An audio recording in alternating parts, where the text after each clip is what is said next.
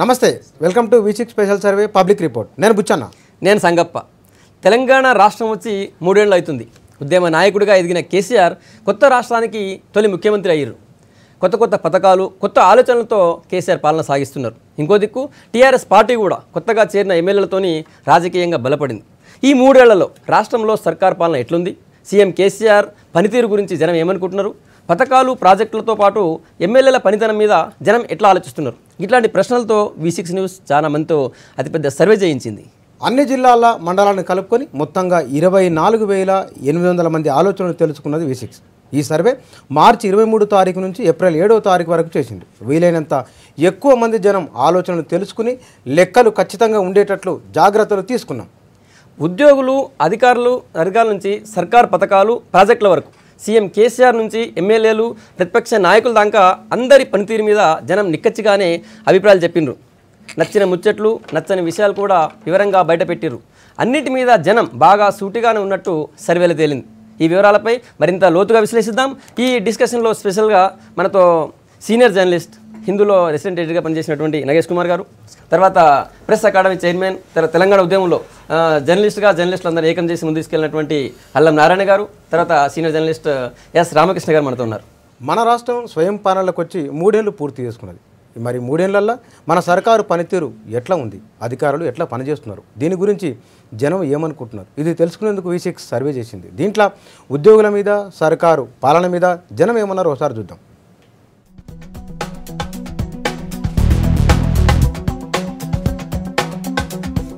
రాష్ట్రంలో 3 ఏళ్ల సర్కార్ పాలన ఎట్లుంది అంటే ఎక్కువ మంది మంచిగుందనే అంటుండ్రు ప్రభుత్వం ఎట్లా పనిచేస్తుందని అడిగితే 183% సంతృప్తిగా ఉన్నామని చెప్తుండ్రు ఇంకో 15% మంది బాగలేదన్నారు 2% మంది అయితే ఈ మంచి చెడులు మాకేం తెలియదని అంటుండ్రు ఏ పాలసీ విధానాన్ని తీసుకున్నా కేసీఆర్ గారు దృష్టి పోతే అది వెంటనే అమలు చేయడానికి సిద్ధంగా ఉన్నాడు కానీ కింది స్థాయిలో ఉన్నటువంటి వాటిని మాత్రం అమలు చేయడానికి అధికారులు సిద్ధంగా లేరు ప్రభుత్వం ఒక చట్టమైనటువంటి ఒక పద్ధతిలో అధికారుల మీద ఒత్తిడి తీసుకొచ్చి వాళ్ళకు ఒక ఆంక్షల పద్ధతిలో చేస్తే తప్ప సాధ్యం కాదు మన రాష్ట్ర ప్రభుత్వం తీసుకునేటువంటి నిర్ణయాలు అంటే రాష్ట్ర భవిష్యత్తును ఉజ్వల భవిష్యత్తుకు తోడుగానే ఉన్నాయి ప్రభుత్వ అధికారులు స్పందించి ఆ యొక్క పనులను ముందుకు తీసుకుపోవడంలో కొంత విఫలమవుతున్నారు ఇక అధికారులు ఉద్యోగులు ఎట్లా పనిచేస్తున్నారని అడిగితే వీళ్ల పనితీరు మరింత మెరుగుపడాలంటుండ్రు జనం 75% మంది సంతృప్తిగానే ఉన్నామంటుండ్రు ఇంకో 22% మంది జనం మాత్రం అధికారులు ఉద్యోగుల పనితీరు మంచిగా లేదని చెప్తుండ్రు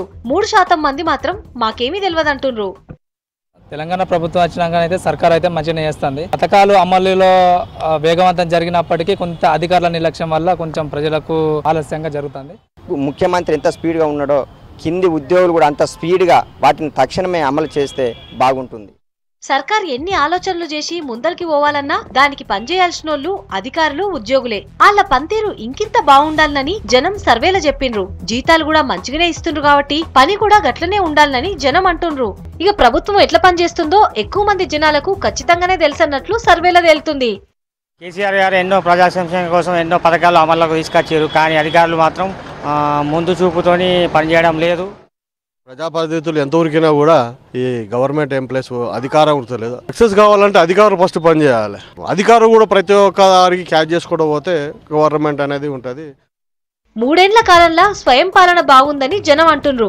సర్కార్ ఆలోచనలు విధానాలు మంచిగానే ఉన్నాయని చెప్తుండ్రు సర్కార్ పనితీరు ఉద్యోగులు అధికారుల పనితీరు పైన జనం చెప్పినటువంటి వివరాలు అల్లం నారాయణ గారు రెండింటిని కూడా అటు సర్కార్ పనితీరుని ఉద్యోగుల పనితీరుని డిఫరెంట్గా చెప్పారు పబ్లిక్ అంతా అందులో సర్కార్ పనితీరు అయితే 83.9% బాగుందని చెప్పారు నిజానికి కొత్త రాష్ట్రం రాగానే ఈ 3 ఏళ్లలో వరకు బాగా సాటిస్ఫైగా ఉన్నారు ఏం వాళ్ళని బాగా సాటిస్ఫై చేసి ఉంటుంది నిజానికి 3 ఏళ్ల పరిపాలన తర్వాత ముఖ్యమంత్రి తీసుకున్న అనేక నిర్ణయాలు అన్నీ కొత్తవే అంటే ఇక్కడ సంక్షేమ పథకాల మీద ఆధారపడినప్పుడు మొట్టమొదలు సంక్షేమ పథకాలన్నీ కూడా కొత్తవంటే అంతకుముందు ఇప్పుడు ఆసరా పెన్షన్ ఉంది ఉదాహరణకి ఆసరా పెన్షన్కి జరిగిన పని అంటే ఒక సర్వే చేయించి తర్వాత ఆసరా ఎంతమందికి అవసరం ఇట్లాంటివన్నీ చేయించి అంతకుముందు 250 రూపాయలు ఉన్నదాన్ని 1000 రూపాయలు చేయడం దీనివల్ల గ్రామాలలో మొట్టమొదటి అది ఆసరా పథకం చాలా ఇంపాక్ట్ కలిగేసింది కారణం ఏమిటంటే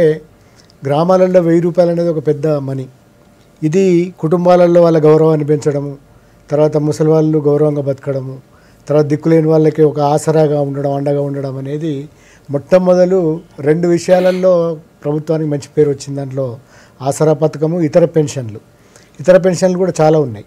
నిజానికి వాటి సంఖ్యతో పోల్చినప్పుడు చాలా ఎక్కువ మనీ దాని మీద పెట్టినారు. అంటే 1000 రూపాయలు చేయడంతో పాటు కొందరికి 1500 కూడా ఉంది. రెండవ వైపు ఏమైందంటే కరెంటుది ఒక ఛాలెంజ్గా తీసుకోవడం. ఈ 2 చాలా మొట్టమొదలు గవర్నమెంట్ మీద ఒక సానుకూలమైన అభిప్రాయం రావడానికి కారణమైన ఈ 2 అంశాలు. ఒకటి, కరెంటు ఒక ఛాలెంజ్గా తీసుకొని వచ్చిన సంవత్సరంలోనే కరెంటు అనేది ఊర్లలో కనబడడం అనేది ప్రారంభమైంది. అంటే అంతకుముందు కరెంటు కోతలతోటి అన్యాయంగా ఉన్న అది ఒకటైతే, రెండవ వైపు రాష్ట్రం విడిపోయేటప్పుడు అవతల పక్షం ముఖ్యంగా కిరణ్ కుమార్ రెడ్డి లాంటి వాళ్ళు విపరీతంగా ప్రచారం చేసినారు. చీకటి అయిపోతుంది, మీకు అసలు కరెంట్ ఉండదు, అది ఇది అని. కానీ దాన్ని ఒక ఛాలెంజ్గా తీసుకొని ఒక కరెంటుని వెంటనే ఎట్లా చేసినారనేది వేరే విషయం, కానీ కనబడేసరికి చాలా తేడా వచ్చింది ప్రభుత్వంలో. అట్లా ఆసరా పథకం ఒకటి, రెండవ వైపు అది. ఈ 2 కూడా ఒక పాజిటివ్, అంటే గవర్నమెంట్ పట్ల మొట్టమొదటి పాజిటివ్ కలిగించిన ఈ 2. రెండవ వైపు ఏమిటంటే ప్రభుత్వానికి ఉన్న ఇమేజ్ ఎప్పుడైనా ప్రభుత్వ అధికారులకు ఉండదు. ఇంకా నయం ఇది, ఎందుకంటే ఒక ఉద్యమం నుంచి వచ్చిన ఉద్యోగులు కాబట్టి, టీఎన్జిఓలు కానీ అధికారులు కానీ ఉద్యమంలో భాగస్వాములు అయినారు కాబట్టి ఎక్కువ కాలం పనిచేద్దామని కూడా వాళ్ళు ఒక నినాదం కూడా ఇచ్చినారు. ఎందుకంటే మేము ఉద్యమంలో పాల్గొని చేసిన తెలంగాణ తెచ్చుకున్నాం, ప్రజల కోసం తెలంగాణ నిర్మించుకోవడం కోసం, పునర్నిర్మాణం కోసం మేము ఎక్కువ పనైనా చేస్తామని అనుకున్నారు. కాబట్టి ఈ పాజిటివ్నెస్ వచ్చి జిల్లాల పునర్వ్యవస్థీకరణ తర్వాత అంటే స్థూలంగా జిల్లా స్థాయిలో జరిగింది, కానీ పునర్వ్యవస్థీకరణ గ్రాస్ రూట్ లెవెల్కి, మండల స్థాయిలో, గ్రామ స్థాయిలో ఉన్నటువంటి ఉద్యోగులకు ఇంకా స్పిరిట్ పర్కులేట్ అన్నట్టు కనపడట్లేదు. ఎందుకంటే మనం చూసాం బైట్స్, జనం నుంచి ఎక్స్పెక్టేషన్స్ ఎక్కువనే. ప్రధానంగా తెలంగాణ వచ్చిన తర్వాత గత 3 సంవత్సరాల ప్రధానమైనటువంటి విషయాన్ని మనం గమనించాల్సిందంటే, ఇదివరకు ఎట్లా నడిచింది ప్రభుత్వం, వాళ్ళ నుంచి ఏం ఆశించినది పక్కన పెడితే, తెలంగాణ వచ్చిన తర్వాత చాలా బాగుంటుందని ఎక్స్పెక్టేషన్స్ బాగా పెరగడం అనేది ఒక ప్రధానమైనటువంటి అంశం. తెలంగాణ రాష్ట్రం వచ్చిన తర్వాత చాలామంది మళ్ళీ అన్ని రివ్యూ చేసుకుంటున్నాం మనం. పవర్ ఇదివరకు ఉంది, ఇప్పుడు బాగా 2 సంవత్సరాల నుంచి బాగా ఇంప్రూవ్ అయింది. ఈ సంవత్సరం చాలా ఎక్కువ పవర్ వస్తుంది, కట్స్ బాగా తగ్గిపోయినాయి, గ్రామాలలో కూడా బాగానే ఉన్నట్టు రిపోర్ట్స్ వస్తున్నాయి. కానీ అంచనాలు చాలా తారాస్థాయిలో ఉండడం, ప్రజలందరికీ అన్ని రకాల వర్గాల ప్రజలు, అన్ని వర్గాల ప్రజలు కూడా మా జీవితాల్లో మార్పు వస్తుంది, బెటర్మెంట్ ఉంటుంది, ఇదివరకటి కంటే బాగుంటుంది అనేటువంటి అంచనాలు మించడం అనేది ఒకటి ప్రధానంగా మనం గుర్తుంచుకోవాలి. నేను ముందు V6ని అభినందిద్దామని అనుకున్నాను. ఎందుకంటే నాదొక డ్రీమ్. నేను నమస్తే తెలంగాణ వ్యవస్థాపక సంపాదకుడిని. తెలంగాణ భాషలో పత్రిక నడిపించాలని ఒక డ్రీమ్ ఉండే నాకు, కానీ అది సాధ్యం కాలేదు, వేరియస్ రీజన్స్. కానీ V6 పెట్టిన 5 సంవత్సరాల తర్వాత మీరు అంతకుముందు కొన్ని ప్రోగ్రామ్స్ చేసినారు, మాండలికం అంటే లేదా తెలంగాణ భాషకు సంబంధించి. కానీ పూర్తిగా తెలంగాణ భాషలో వార్తలు చదవడం అని నిజానికి ఎంత సంతోషం అవుతున్నదంటే నాకు, మొన్న April 1 నుంచి మళ్ళీ ఇప్పటిదాకా చూస్తుంటే మన భాష వినడం, అంటే వార్తల్లో మన భాష వినడం అనేది ఇట్స్ ఎ రెవల్యూషన్. అంటే ఇంతకుముందు మీరు కార్యక్రమాలు కొన్ని చేసినారు, అంటే ఇతర ఛానళ్ళలో కూడా ఈ మాండలికం పేరిట కొన్ని ఛానల్స్లో ప్రోగ్రామ్ చేస్తున్నారు. అవి కాకుండా వార్తలనే మన భాషలో చదవడం, తెలంగాణ భాషలో చదవడం అనేది నిజంగా కూడా ఒక రెవల్యూషన్, గర్వకారణం. ముఖ్యంగా మీ యాజమాన్యానికి, మీ అంకం రవికి, తర్వాత మీ సిబ్బందికి అందరికి కూడా హృదయపూర్వకంగా అభినందనలు, కృతజ్ఞతలు. Thank you sir. Next Nagesh గారు, మీరు ఎట్లా చూస్తారు ప్రభుత్వ పనితీరు పైన, తర్వాత ఇటు అధికారుల పనితీరు పైన జనం ఇచ్చినటువంటి? మొదట ఈ సర్వే గురించి ఒక ముఖ అల్లం నారాయణ గారు చెప్పినట్టుగా ఇంత పెద్ద శాంపిల్ తీసుకుని సర్వే చేయరు. నార్మల్గా ఏం చేస్తారంటే చిన్న శాంపిల్ తీసుకుని 3000, 3500 తీసుకుని దాన్ని ఏంటంటే ప్రొజెక్ట్ చేస్తారు. మీరు చాలా పెద్ద శాంపిల్ తీసుకున్నారు, 25,000 మంది శాంపిల్ తీసుకుంటే దీంట్లో ఏమవుతుందంటే మార్జిన్ ఆఫ్ ఎర్రర్ తగ్గిపోతుంది. చిన్న శాంపిల్ తీసుకుంటే మార్జిన్ ఆఫ్ ఎర్రర్ ఇదైపోతుంది. సో మీరు ఏంటంటే ఆల్మోస్ట్ మీరు ఇంతకు ముందు ప్రోగ్రామ్ అయ్యే ముందు మీరు చెప్పినట్టే ఆల్మోస్ట్ ఎవ్రీ కాన్స్టిట్యున్సీకి వెళ్ళి మొత్తం ఎవ్రీ మండల్ ఫ్యాంటాస్టిక్.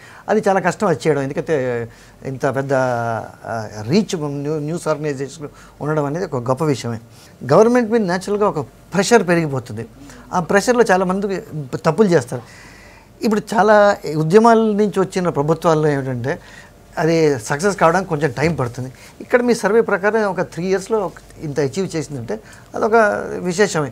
ఈ సోషల్ వెల్ఫేర్ స్కీమ్స్ ఆబ్వియస్లీ అంటే కొత్త స్కీమ్స్, ఇది షాదీ ముబారక్, దాని తర్వాత ఆసరా పథకం, దాని తర్వాత కొన్ని పథకాలు తీసుకొని ఇవంతా ఈ ఒక ఇండియాలోనే ఇది ఒక యూనిక్ స్కీమ్స్. దాని తర్వాత ఒకటి ఆరోగ్య లక్ష్మి గురించి మీకు ఒక మాట చెప్పాలి. చిన్న స్కీమ్ ఇచ్చైనా కూడా చాలా బాగా పనిచేస్తున్నది. ప్రతి అంగన్వాడీ సెంటర్లో ఇంతకుముందు కోడిగుడ్లు వారానికి ఒకసారి, వారానికి 2 సార్లు ఇస్తుండదు ఇది గర్భవతి స్త్రీలని. ఇప్పుడు వారానికి ప్రతిరోజు నెలకి 25 రోజులు ఇస్తున్నారు. సో ఇలాంటివన్నీ దాని తర్వాత పిల్ల పుట్టిన తర్వాత కూడా ఇంకేదో కార్యక్రమం ఉంది దాని పేరు. సో అది కాకుండా ప్రతి సెక్షన్ ఆఫ్ సొసైటీని ఇప్పుడు కొత్తగా మీ సర్వేలో వచ్చినట్టుగా లేదు, మొన్న అనౌన్స్ చేసిన రిజర్వేషన్స్ కూడాను అది ఏమవుతుందా అనేది సంగతి తర్వాత కానీ, బట్ అది కూడా ఏంటంటే ఒక ఎవ్రీ సెక్షన్ ఆఫ్ సొసైటీని కవర్ చేస్తున్నది అది. దాని తర్వాత ఇంకోటి ముఖ్యమైన పథకం ఇదేమిటంటే చాలా మటుకు మిషన్ భగీరథ, మిషన్ కాకతీయ అవన్నీ ఉన్నాయి. దీని గురించి చాలా కొన్ని కాంట్రవర్సీస్ వచ్చాయి. బట్ ఆ కాంట్రవర్సీని పక్కన పెట్టి ప్రజలు కూడా ఒక ప్రభుత్వం బాగా పనిచేస్తున్నాను. ఇక్కడ ఉద్యోగాల గురించి మనం ఒకటి మాట చెప్పాలి. ఇక్కడ ఉద్యోగుల గురించి అంత మనం ఒక సింపథెటిక్ యాటిట్యూడ్కి స్కోప్ లేదనుకుంటా. ఎందుకంటే 44% ఏ ప్రభుత్వం ఇప్పటిదాకా ఇండిపెండెంట్ ఇండియాలో ఎక్కడ పెంచినది తీరలేదు. ఒకవేళ ప్రజలు అధికారుల పనితీరు బాగోలేదంటే దాన్ని ప్రభుత్వం దీని గురించి ఇంకా ఏదో ఆలోచించాలి. ఎక్కడ లోపం వస్తున్నది ఇంకా పని చేయించాలి. ఎందుకంటే ఎక్కడ ఏ ప్రైవేట్ సెక్టర్లో కూడా ఈ 44% ఇంక్రీజ్ కాలేదు. ఎందుకు కావాలి దాని కారణాలు కనుక్కోవాలి, దాన్ని సరిదిద్దాలి. కానీ ఒకటి మేము క్లారిటీ చెప్పాలి, ఈ సర్వే మొత్తం ఈ రిజర్వేషన్ల బిల్లు పాస్ కాకముందు తర్వాత ఈ రైతులకు ఎరువులు ఉచితంగా ఇస్తామని చెప్పి సీఎం కేసీఆర్ ఈ రెండు కూడా అప్పటికే రాలేదు, మా సర్వేలో కవర్ కాలేదు. లేకపోతే ఇది ఇంకా డిఫరెంట్ గా ఉంటుండేమో కొద్దిగా కానప్పుడు ఆ బిల్లు రిజర్వేషన్ బిల్ లేదు, తర్వాత ఉచిత ఎరువులు కూడా లేవు. ఇందులో ఈ పాయింట్స్ ఇందులో లేవు. 3 ఏళ్లుగా ప్రభుత్వం చాలా సంక్షేమ పథకాలను అమలు చేస్తుంది. దీని మీద జనం ఏమనుకుంటున్నారని కూడా V6 సర్వేలు అడిగింది. పథకాలు బాగున్నాయా, ఏదైనా మంచి జరుగుతున్నదా, బాగా అమలవుతున్నాయా అన్నది కూడా జనం చెప్పినారు. సర్కార్ సంక్షేమ పథకాల మీద V6 సర్వేల జనం అభిప్రాయాలు ఎట్లున్నాయో చూద్దాం.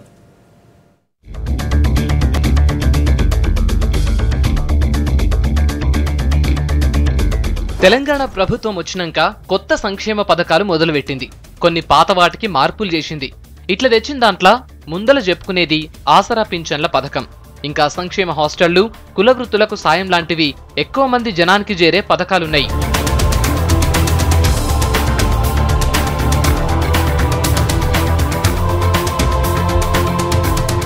సర్కార్ ప్రతిష్టాత్మకంగా అమలు చేస్తున్న 1000 రూపాయల పింఛన్ల పథకంతోని గౌరవంగా బతుకుతున్నామని సర్వేల 141% మంది చెప్పారు.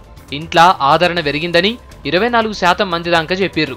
స్వతంత్రంగా బతుకుతున్నామని 19% మంది అంటుర్రు. ఇట్లా 184% మంది దాకా మునుపటి కంటే బతుకులల్లా మార్పు ఉందని చెప్పారు. ఏమంత మార్పు లేదు అన్న ఆలోచనలా 9% మందే ఉన్నారు. ఇక దీని గురించి ఏం తెలియదని 7% మంది చెప్పారు. తెలంగాణ వచ్చిన కాడ నుంచి పింఛన్లు మంచిగా వస్తున్నాయి. ఇప్పుడు మా కుటుంబం మంచిగా నడుస్తుంది, మాకు ఏ ఇబ్బంది లేకుండా మంచిగా నడుస్తున్నాయి. నాకు అప్పుడు 200 ఇస్తుండే, నాకు సరిపోకుండే. ఇప్పుడు 1000 రూపాయలు ఇస్తున్నాడు మా అబ్బా, మంచిగా సరిపోతుండవి.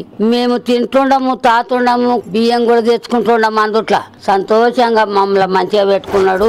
200 పింఛనప్పుడు అప్పుడు ఏమీ కాలేదు.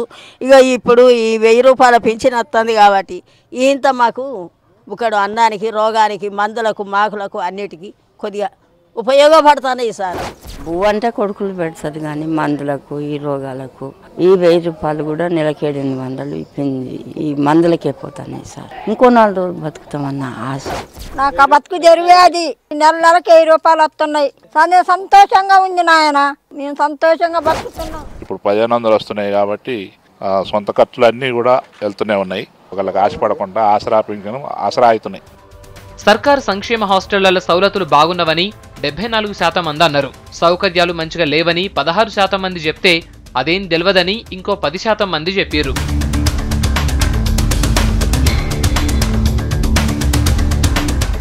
ఎక్కువ నిధులతోని అమలు చేస్తామని చెప్పిన ఇంకో పెద్ద పథకం కుల వృత్తులు, చేతి వృత్తులది.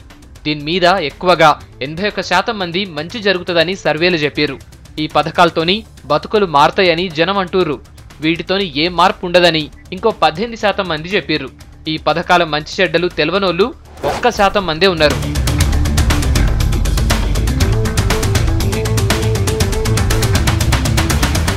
సర్కార్ తెచ్చిన ఇంకో పెద్ద పథకం డబుల్ బెడ్రూమ్ ఇండ్లు.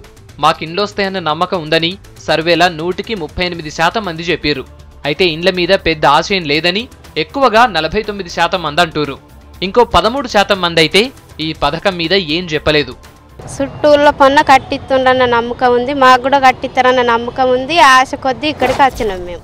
నేను డబుల్ బెడ్రూమ్ కోసం ఇచ్చుకున్నా. ఒక డబుల్ బెడ్రూమ్ ఇస్తే మా పిల్లం బెడ్లో మేము బతుకుతాం, మీ ఫోటో మేము పెట్టుకుంటాం. కట్టిస్తున్నాయి, కొన్ని ఓపెన్ చేస్తుండు, కొన్ని పనులు అవుతున్నాయి. డబుల్ బెడ్రూమ్లు అవుతున్నాయి, ఆయన ఇచ్చిన హామీలు అన్నీ కొన్ని అవుతున్నాయి. అన్నీ ఒకేసారి కావాలంటే కావు కదా సార్. ఇవాళ కాకుండా రేపైనా ఆయన పాలన 5 సంవత్సరాల పాలనలో పూర్తి చేయగలరు. 40 ఏళ్ళు ఇచ్చారు, ఇంకా కావాలని చెప్పి కోరుతున్నాం. పనులు అయితే గవర్నమెంట్ మంచి పనులు చేస్తుంది. మొత్తంగా చూస్తే తెలంగాణ రాష్ట్రంలో ప్రభుత్వం అమలు చేస్తున్న స్కీమ్ల మీద మెజారిటీ జనం నమ్మికతోటే ఉన్నారు. స్కీమ్లతోని 80% పైగా మంది సంతృప్తిగా ఉన్నామంటూరు. దీనిలో కూడా సర్కారుకు మంచి మార్కులేసిర్రు జనం.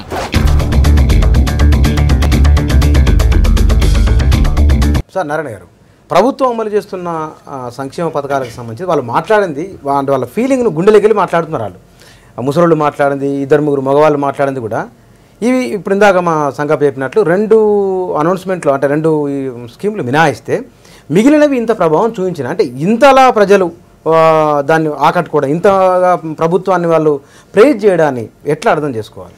దానికి ప్రణాళికలు 3వ సంవత్సరంలో ప్రణాళికలు ఇంకా ప్రధానంగా తీసుకోవాలి. మొదలే చెప్పినట్టుగా ఆసరా ఇట్లాంటి ఒక ఎత్తు అయితే 3వ సంవత్సరం ఎక్సర్సైజ్ అంతా కూడా కుల వృత్తుల మీద జరిగింది. మనం ఏమంటాం, కుల వృత్తుల మీద గోరటెంకన్న పాట, వృత్తులు బాయే అయిబాయే అనే ఆఖరిలో ఒక వాక్యం ఉంటుంది. అది కవిత్వం కాదు, అది ప్రత్యామ్నాయమే లేకపాయ అని ఒకటి ఉంటుంది వాక్యం. దానిలో రాష్ట్రపదం అంటే ప్రత్యామ్నాయం లేక కవిత్వం కాదు అది. కానీ ప్రత్యామ్నాయం చూడడం అనేది వల్ల తెలంగాణ ప్రభుత్వం యొక్క గొప్పతనం. ముఖ్యంగా ముఖ్యమంత్రి గారికి దీనికి సంబంధించిన ఎక్సర్సైజ్ నేను ప్రత్యక్షంగా ఆయనతో 2 సందర్భాలలో ఉన్నాం. గొర్రెల గురించి చేస్తున్నప్పుడు, చేనేత గురించి. ఇంత మాంసము వినియోగంలో ఉన్నది, గొర్రెలేమో నాగపూర్ నుంచి వస్తున్నాయి, కర్ణాటక నుంచి వస్తున్నాయి. ఏంది ఇది, మనం చేయలేము. ఆ గొర్రెలు ఎందుకు అంతరించిపోతున్నది? ఇది అంతరించిపోయేది కాదు. అంటే వృత్తులలో కూడా అంతరించిపోకుండా కాపాడుకోగలిగిన వృత్తులు కొన్ని ఉన్నాయి. వాటిని బతికించుకుంటే అదే మానవ వనరు. మానవ వనరులు అంటే ఏమనుకుంటాం మనం, స్కిల్డ్ లేబర్. ఎందుకంటే ఈ సాఫ్ట్వేర్ భాష అంతా మనకు కూడా వస్తుంది. మానవ వనరుల అభివృద్ధి అనేది శాఖ కూడా ఉంటుంది. దీనిలో ఏమనుకుంటాం, ఇంగ్లీష్ రావాలి, ఆ ఉద్యోగాలు సంపాదించగల, తెలివితేటలు కావాలి. కానీ గ్రామీణ జీవితాలు ఎక్కువగా కలిగిన, గ్రామీణ వ్యవసాయము దానికి అనుబంధ వృత్తులు ఎక్కువగా కలిగిన స్టేట్లలో మొత్తం భారతదేశంలో వ్యవసాయ ఆధారితమైన జనాభా ఉంటుంది. ఈ వ్యవసాయ ఆధారితమైన దాని అనుబంధ వృత్తుల ఆధారితమైన జనాభాకి స్కిల్స్ నేర్పడమే అసలైన పని అని ముఖ్యమంత్రి గారు చెప్పారు.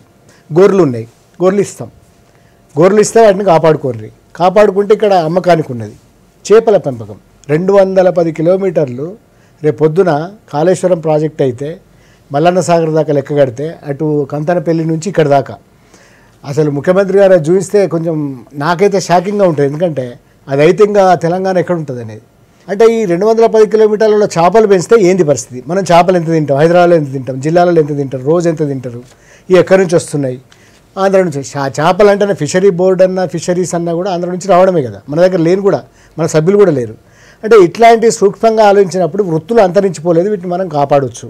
ఈ చేనేత చర్చ జరుగుతున్నప్పుడు ఆయన ఏమన్నాడంటే ఒక మాట చెప్పినాడు. అందరు అధికారులు వాళ్ళందరూ మేము ఉన్నాం ప్రత్యక్షంగా, జర్నలిస్టులు చాలామంది ఉండరు, ఇట్లా ప్రత్యక్షంగా కూర్చున్నారు. మీరు చేనేతకి ఇచ్చే సబ్సిడీ ఎవరికి ఇస్తున్నారు అంటే సేట్లు ఉంటారు, 10 మగ్గాలు ఉన్నారు, 150 మగ్గాలు ఉంటారు, 1000 మగ్గాలు, ఇట్లా ఈ లెక్కలన్నీ ఉన్నాయి. మనం ఇచ్చే చేనేతకు ఇచ్చే సబ్సిడీ ఎన్ని కోట్లు ఉంటాయి? 1400 కోట్లు ఉంటాయి. ఎంత శాతం ఇస్తున్నాం? 40%. దాన్ని 60% పెంచుతాం అనుకో, ఎవరికి పోతుంది? సేట్లకి పోతుంది. సేట్లు ఆత్మహత్య చేసుకుంటారా? చేసుకోరు. ఎందుకు? సేట్లు బాగానే ఉన్నారు. అంటే ఇంత అంటే నిష్ఠురమైన వృత్తి అయినా కూడా, ఇంత ఆత్మహత్యలు జరుగుతున్న వృత్తి అయినా కూడా వాళ్ళు బాగానే ఉన్నారు. అంటే అర్థమైంది, మనం ఇస్తున్న సబ్సిడీ ఎవరికైతే చేరాలో, ఎవడైతే ఆత్మహత్యకు సిద్ధంగా ఉన్నాడో అతను చేరడం లేదు. ముఖ్యమైనది ఏంటంటే గ్రామీణ పునరుజ్జీవనము. ఈ గ్రామీణ పునరుజ్జీవనంలో ఇంతకుముందు మన గాంధీ మహాత్ముల లెవెల్లో మాట్లాడుకున్నప్పుడు స్వరాజ్యం అని ఎట్లా అంటామో, ఆ లెవెల్లో ఆలోచించినప్పుడే ఇట్లాంటి సాధ్యమవుతాయి. ఇవి అయినప్పుడు గ్రామం నిజంగానే పునరుజ్జీవనం పొందే అవకాశం. 3 ఏళ్ళ మనం ముందు దాంట్లో చూసినా అధికారుల తీరు కొంత మారాల్సిందని చెప్తున్న ప్రజలే, ప్రభుత్వం ఈ విషయంలో మాత్రం వెల్ఫేర్ విషయంలో చాలా అద్భుతంగా ఉందని చెప్తున్నారు. వాళ్ళను అంటే వాళ్ళ గుండెని ఎట్లా పట్టుకున్నది ప్రభుత్వం? మరి గుండె ఎకనామీ అర్థమైంది అనేది, ఎందుకంటే రూరల్ ఎకనామీ కదా ఆయన మాట్లాడింది. గుండెని పట్టుకో అంటే మొదటి నుంచి ముఖ్యమంత్రి గారి నుంచి మాట్లాడుకోవాలి. అంటే ఆయనను ప్రేజ్ చేయడానికో దానికోసం కాదు ఈ సర్వే సందర్భంగా. కానీ ఆయన థాట్ ప్రాసెసింగ్ డిఫరెంట్గా ఉంటుంది. అంటే ఈవెన్ రామకృష్ణ గారికి కూడా బాగానే తెలుసు. అంటే మేము ఆయనతో మెదిలిన వాళ్ళం కదా, అప్పుడప్పుడు మెదిలిన వాళ్ళం కదా. ఆయన చాలా భిన్నంగా ఆలోచిస్తుంది. ఇప్పుడు నక్సలైట్ల ప్రభుత్వంలాగే ఉంటుంది, ఇట్లాంటివన్నీ కబుర్లు చెప్పినవి కాదు, ఆయనకు సొంత థాట్ ఉంటుంది. ఈ థాట్ ఆయన సిద్దిపేటలో ఎమ్మెల్యే నుంచి మొదలైంది. ఆయన థాట్ అంటే పీపుల్ దగ్గరికి ఎట్లా పోవాలి, పీపుల్కి పథకాలు ఎట్లా అందాలి. నిజానికి ఇప్పటికీ మిషన్ భగీరథ చెప్తున్నారు కదా, సిద్దిపేట పథకం, సిద్దిపేటలో ఆ నీళ్ళని సాధించిన పథకం, అది కేంద్ర ప్రభుత్వం నుంచి ఒక 20 కోట్ల రూపాయలు తెచ్చి అప్పుడు అక్కడ సిద్దిపేటలో చేసిన పథకమే మిషన్ భగీరథగా విస్తరించినాడు. ఆయన తన ప్రాక్టీస్లో ఎమ్మెల్యేగా ఉన్నప్పుడు ప్రాక్టీస్ గంటల తరబడి మాట్లాడినవాడు కాబట్టి మాకు అర్థమైంది అది. ఈ ప్రాక్టీస్లో ఆయనకు ఒక ఆలోచన విధానం ఉంది. ఈ ఆలోచన విధానం ప్రాక్టికాలిటీ ఎక్కువ, అనేక పుస్తకాలు చదివి ఉన్నాడు కాబట్టి అదొకటి. రెండవది ఏంటంటే గ్రామాలు పునరుజ్జీవనం అయితేనే బంగారు తెలంగాణ, అది అయితేనే మనకి సంపద వస్తుంది, అది అయితేనే మనకి ఏదైనా కూడా మనం సాధించుకున్నట్టు అవుతుందని ఆయన. ఇంకా చాలా ఇష్యూస్ మీ దగ్గరికి వస్తాను. మళ్ళీ ముందు రామకృష్ణ గారు కూడా చెప్పాలా, ఈ మా 25,000 శాంపిల్స్లో దాదాపు ప్రతి కుటుంబానికి టచ్ చేసినప్పుడల్లా ఈ 1000 రూపాయలు ఇవ్వడం వల్ల మాకు అవసరాలు తీరుతున్నాయని చెప్పడం కంటే కూడా మేము గౌరవంగా బతుకుతున్నామని, మాకు ఇంట్లో ఉన్న వాళ్ళతోనే ఆదరణ పెరిగిందని, మేము స్వతంత్రంగా బతుకుతున్నామని చాలామంది చెప్పారు. మొత్తం 83.91 అంటే 84% మంది బతుకుల్లా బాగుపడ్డాయని చెప్పినారు వాళ్ళందరూ. ఎట్లా అంటారు? ఎందుకు ఏం మారింటో, వాళ్ళ గౌరవం ఏమిచ్చింది, అవసరాలు తీరాలి కదా. ఇప్పుడు ఏంటంటే కేసీఆర్ గారు ఏ పని చేసినా మనం ఒకటి గమనిస్తే 3 సంవత్సరాల మనందరికీ చాలామందికి అర్థమైన విషయం, ఈ things big and does big. అంటే ఏ చేసినా చిన్న చేయడు, టోకనిజము, కొంచెం టింకరింగ్ ఉండదు. చేస్తే పెద్దగానే చేస్తాడు, చాలా పెద్ద చేయని చెప్పొచ్చు. ఏది చేసినా అరాకొరగా కాకుండా, అరాకొరగా అంటే కొంచెం చేసి చేయనట్టు, ఇచ్చి ఇవ్వనట్టు, ఏదో చేతులు దులుపుకున్నట్టు కాకుండా చేస్తే పెద్దగానే చేయాలి. ఇంతెందుకు ప్రెస్ అకాడమీ కూడా ఒక 100 కోట్ల రూపాయలు ఇస్తామని ఏ ముఖ్యమంత్రి కూడా, బహుశా భారతదేశంలో కూడా ఏ సీఎం ఇచ్చినారాయణ? ఎవరు ఇవ్వలేదు, ఎవరు ఆలోచన కూడా రాలేదు ఎవరికి. అది 100 కోట్ల రూపాయలు ప్రెస్ అకాడమీకి అనేది ఇస్తే బాగానే ఇద్దాం, ఇవ్వకుండా అసలు ఇవ్వద్దు. ఇస్తే ఇచ్చేదేదో బాగా చేద్దాం ఊర్లో కూడా ఆయనకు వచ్చింది. 1000 రూపాయలు ఇవ్వడం అనేది వృద్ధురాలికి, ఒక వృద్ధుడికి 1000 రూపాయలు అనేది ఒక రకం ఇవ్వదలుచుకున్నప్పుడు 1000 ఇచ్చేద్దాం అంతే. మళ్ళీ 200ని 500 చేయడం, 650 చేయడం, 730 చేయడం, ఇటువంటి ఆయన పెట్టుకోదలుచుకోలేదు. ఆ థాట్ ప్రాసెస్లోనే బిగ్ అండ్ బోల్డ్, అంటే చేసేది ఏదో చాలా వాళ్ళకు ఉపయోగపడేలా చేయాలనేటువంటి నిర్ణయం ఆలోచనలు కనపడుతుంది. ఆయన ఆలోచనలన్నీ కూడా మనకి చర్యలుగా మారడానికి ఆయనకి ఏమి అవరోధాలు లేవు. ఆయన డిసిషన్ తీసుకునేది ఆయన, ఇంప్లిమెంట్ చేసేది కూడా ఆయనే. కాబట్టి ఆ 1000 రూపాయల నిర్ణయం అనేది కుటుంబ సభ్యుల మధ్యన వృద్ధులకి ఆదరణ పెరగడానికి తోడ్పడిందని చెప్పొచ్చు. ఈ సర్వేలో వచ్చిన అంశాలు ఇందాక మనం చూసిన వెల్ఫేర్ సెక్టార్లో వరుసగా చూసి వస్తున్నాం కదా, డబుల్ బెడ్రూమ్ ఇంటి కళ నెరవేరుతుందని మీరు నమ్ముతున్నారంటే 38% మంది నమ్ముతున్నామన్నారు, 49% మంది ఈ విషయంలో నమ్మకం లేదన్నట్టు. అంటే ఎందుకోసమని ఈ అభిప్రాయం ఇట్లా వచ్చింది, ఈ విషయం వరకు ఇట్లా వచ్చిందని? దీంట్లో గవర్నమెంట్ ఏంటంటే దీని మీద చెప్పిన స్థాయిలో ప్రామిస్కిను దీనికి చాలా ఒక గ్యాప్ ఉండిపోయింది. అదే మీ సర్వేలో అదే రిఫ్లెక్ట్ అవుతున్నాయి. ఏంటి 38% ఏంటంటే అవును అన్నారు, ఇది దాంతో సంతోషంగా ఉన్నారని. సో ఇప్పుడు ఏంటంటే మీరు దాని ఫిగర్స్ కూడా మీరు చూసుకుంటే ఈ గవర్నమెంట్ ఇచ్చిన ఫిగర్సే చాలా పూర్గా ఉన్నాయి ఈ 2 బెడ్రూమ్ హౌసెస్ విషయంలో. ఇప్పటిదాకా వాళ్ళు ఇచ్చిన ఫిగర్స్ ప్రకారం కొన్ని వందల హౌసెస్ కట్టారు, కొన్ని వందల ఇళ్ళు కట్టారు. యాక్చువల్గా ప్రామిస్ చేసింది ఏంటంటే 2.6 lakh, లాస్ట్ ఇయర్ డిసెంబర్ దాకా 2.6 lakhs ఇచ్చేసారు. ఈ కట్టిన కూడా కొన్ని ఏరియాస్లో ఉన్నాయి, గజ్వేలు, సిద్దిపేట, హైదరాబాద్లోని. మన ఖమ్మంలో కూడా కట్టారు. అంటే దీని స్ప్రెడ్ కరీంనగర్ జిల్లాలో కొన్ని చోట్ల సరిగ్గా లేదు. ఆసరా వల్ల ప్రభుత్వానికి ఎంత గొప్ప పేరు, గౌరవం, ఎంత రెస్పెక్ట్ పెరిగిందో, at the same time double bedroom ఇళ్ళకి సంబంధించి ఆశ అయితే అంత గ్రామాల్లో ప్రతి ఊర్లో ఉంది. హైదరాబాద్లో ఉన్నటువంటి middle class, lower middle class వాళ్ళు కూడా ఆశించే పరిస్థితి మనం చూస్తున్నాం. సో మరి నిజంగా కొంతమంది ఏమో నమ్ముతున్నామని చెప్తారు, కొంతమంది నమ్మట్లేదని చెప్తారు. సో నమ్మకం లేదు అనే వాళ్ళకి నిజంగా రాదని అనుకుంటున్నారా, లేకపోతే వీళ్ళు చేయాలని చెప్పి ఆశిస్తున్నారు అనుకోవచ్చా? నమ్మకం లేకపోవడం అంటే ఇప్పుడు ఇంకా కనపడట్లేదు వాళ్ళకి. చాలామంది అప్లై చేసుకున్నారు. మొన్న కొంతమంది జిల్లా కలెక్టర్లను కలవడం జరిగింది వరంగల్ కొన్ని ప్రాంతాల్లో. అప్లికేషన్ చాలా వస్తున్నాయి. జిల్లా కలెక్టర్ ఆఫీస్కి చాలామంది వచ్చేసి 2 బెడ్రూమ్ హౌసెస్కి అప్లికేషన్స్ ఇస్తున్నారు. కొంతమంది ఆల్రెడీ ఏదో చిన్న ఉన్నప్పటికీ కూడా ఇల్లు లేదా మకాం ఉన్నప్పటికీ కూడా ఇంకా మంచి ఇల్లు వస్తే బాగుంటుందని చెప్పేసి పిల్లలు అది ఎక్స్పెక్టేషన్స్ ఎక్కువ ఉంటాయి. ఇంటి అవసరాలనే చాలా ఎక్కువ ఉంటాయి. చాలామంది అడుగుతున్నారు. ప్రభుత్వం ఇప్పుడు వెంటనే ఇవ్వడానికి నేను అనుకోవడం ఒక 10%, 20% కంటే కూడా ఇచ్చే ప్లానింగ్ కూడా లేనట్టుగా అనిపిస్తుంది. సో అది ఇంకా టైం పట్టొచ్చనే పర్సెప్షన్ ఉన్నట్టు అర్థమవుతుంది. మన శాంపుల్ సర్వేలో, ఈ సర్వేలో తెలిసింది ఏంటంటే చాలామందికి అది ఎప్పుడవుతుంది, ఇంకా టేకప్ చేస్తారా? ఈ ఏడాది చివరికి 2 లక్షలు పూర్తి చేయాలని వాళ్ళ టార్గెట్ ఉంది. నియోజకవర్గానికి 1400 ఏమో చెప్పినారు. ఇప్పుడు మన సర్వే వచ్చేసి మార్చి లాస్ట్ వీక్ నుంచి ఏప్రిల్ 1 23 నుంచి ఏప్రిల్ 7 వరకే కాబట్టి యాక్చువల్గా ఇప్పుడు కొంత గ్రౌండ్ అయితే మన 1 lakh in city అనేది ఒకటి ప్లానింగ్ చేస్తారు. హైదరాబాద్ లో 1 లక్ష ఇల్లు అంటున్నారు. ఇంకొక కారణం ఏమిటంటే డబుల్ బెడ్రూమ్లలో ఇంకొక రిస్క్ ఎక్కడ అయిందంటే ఎవరు రాలేదు ముందరికి, కాంట్రాక్టర్లు వెనకం చేస్తారు. కారణం ల్యాండ్ లేకపోవడం, కాంట్రాక్టర్లు వెనకం చేయడానికి కారణం ఏంటంటే ఆ ధరలో మేము కట్టలేము దాన్ని అనేది ఒకటి. అది పెరుగుతున్నది 7 లక్షలకు 8 లక్షలకు కూడా పెరుగుతున్నది సిటీ అర్బన్ ఏరియాస్లో. ఆ కారణాల వల్ల అనుకున్న రీతిలో ఇది లాంచ్ అయిన తర్వాత దాంట్లో కొన్ని అన్రియలిస్టిక్ గోల్స్ ఉన్నాయి. ఎట్లాగా సిమెంట్ ధర దాంట్లో ఇల్లుకి ఎంత కట్టారు 250 రూపీస్ కట్టారు, అది బాగా పెరిగింది. సిమెంట్ ఏమో బాగా పెరిగిపోయింది, ఇసుక దొరకట్లేదు. ఇప్పుడు ఆ సమస్యలని ట్యాకిల్ చేస్తున్నారు, అది ఒక మంచి ఇది. నిజానికి వాల్యూమ్స్ మనం ఎప్పుడైనా కూడా ఈ పథకాలకు సంబంధించిన ఖర్చులో వినియోగించే నిధుల గురించి ఆలోచిస్తాం. ఎప్పుడైనా ఎంత ఖర్చు పెడుతున్నాం అనేది. ఈ ఖర్చు పెట్టడం అనేది ఇంత పెద్ద పథకం, ఇంత పెద్ద ఖర్చు వేరేది లేదు. అంటే నీటిపారుదల ప్రాజెక్టుల తర్వాత డబుల్ బెడ్రూమ్ చాలా పెద్ద ఖర్చు. ఈ ఖర్చు పెట్టే దాంట్లో బడ్జెట్లో రెస్ట్రిక్షన్స్ ఉంటాయి, కొంచెం ఏదో అవి ఉంటాయి. రెండోది ఏంటంటే వాళ్ళు ముందరికి రాకపోవడం అనే హడ్డీలు ఒకటి అయింది. దానివల్ల ఇంకొకటి ఏంటంటే దీని మీద ఆశ బాగా ఎక్కువ ఉంది. అన్ని పథకాల కంటే కూడా డబుల్ బెడ్రూమ్ అనేది చాలా రీచ్ అయింది జనాలలో.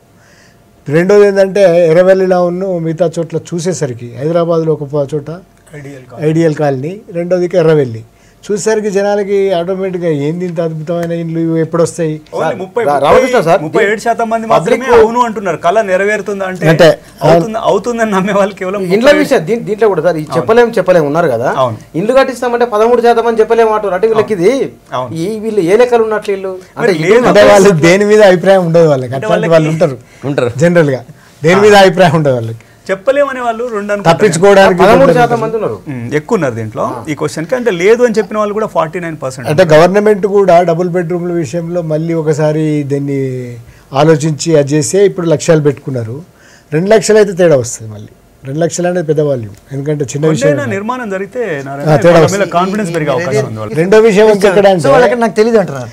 ఆల్దివే ఇప్పుడు 78 నుంచి హట్స్ నుంచి మొదలైన ఇళ్ల పథకం చివరికి వచ్చేసరికి ఏమున్నది, లెక్కలు చూస్తే కాంగ్రెస్ ప్రభుత్వం హయాంలో, ఎందుకంటే దాని మీద ఇప్పుడు ఎంక్వైరీ అయింది అని తెలుసుగా మీకు, మొత్తం హౌసింగ్ బోర్డునే రద్దు చేసినారు, ఇవన్నీ చేసినారు. అది ఇప్పటివరకు మనకి ఎంతమంది జనాభా ఉన్నారో చూస్తే యావరేజ్ 4 వేసుకుంటే మనకు ఆల్రెడీ అందరికి ఇండ్లు ఉన్నాయి లెక్కల ప్రకారం చూస్తే. అంటే దాదాపుగా అన్నీ అయిపోయినాయి ఇండ్లు. ఇప్పుడు కొత్త కట్టించాల్సింది ఎవరు లేరు, ఎందుకంటే 4 కోట్ల జనాభా అనుకుందాం, 3 కోట్ల సంథింగ్ జనాభా. 1 కోటి ఇండ్లు ఉంటే అంటే ప్రైవేట్ ఇండ్లు ఈ లెక్కలు తీస్తే సర్వేలో అవన్నీ గవర్నమెంట్ కట్టించిన ఇండ్లు చూస్తే అయిపోయినట్టే లెక్క. అదొక పెద్ద ప్రాబ్లం. అందరికి ఇల్లు ఉన్నట్టే వస్తుంది. అంటే ఇంతకుముందు ఎంత కరప్షన్ జరిగింది. సెలక్షన్ అనేది కూడా చాలా తేడా ఉంటుంది. ఆ సెలక్షన్ ఇవన్నీ ఈ పథకం మీద చాలా పెద్ద ఆశ ఉంది. ఎందుకంటే వాటిని స్వయంగా చూసినారు కాబట్టి, అంటే నమూనా ఇండ్లు కట్టిన రాలేడు కాబట్టి చూసేసరికి చాలా పెద్ద ఆశ ఉంది. కానీ ఆ ఆశకి ఇవాళ ప్రాక్టీస్లో వచ్చేదానికి తేడా ఉంది. దానివల్ల భంగపాటు ఈ సర్వేలో రియలిస్టిక్గా కనబడుతున్నది.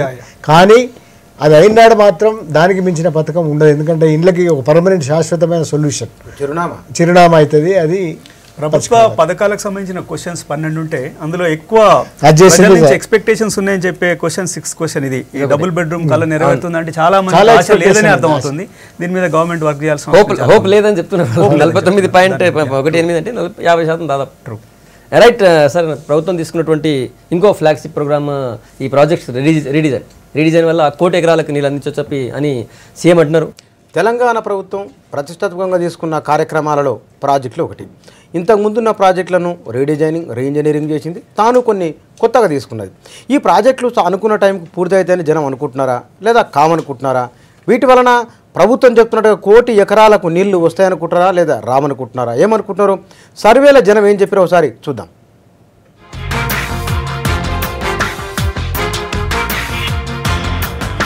సర్కార్ హామీ ఇచ్చినట్టుగా 1 కోటి ఎకరాలకు సాగునీళ్లొస్తాయని సర్వేలా 138% మంది నమ్మికతోటుండ్రు. అయితే ఇదంతా అయ్యేదా కాదా అన్నది కొంతకాలం ఆగి చూడాలని ఇంకో 38% మంది చెప్తుండ్రు. ఈ ముచ్చట గురించి మాకేమీ తెలియదని 24% మంది అంటుండ్రు.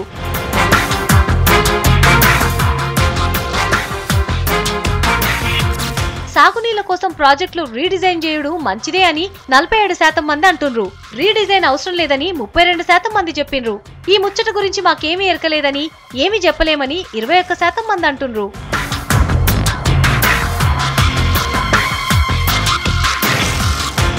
ఇక ప్రాజెక్టుల భూసేకరణ కోసం అమలు చేస్తున్న విధానం సరిగున్నదా అనే దాని మీద 50% మంది అవునంటుండ్రు. మంచిగా లేదని 32% మంది చెప్పిండ్రు. ఇంకో 18% మంది దీని మీద మాకేం తెలియదంటుండ్రు.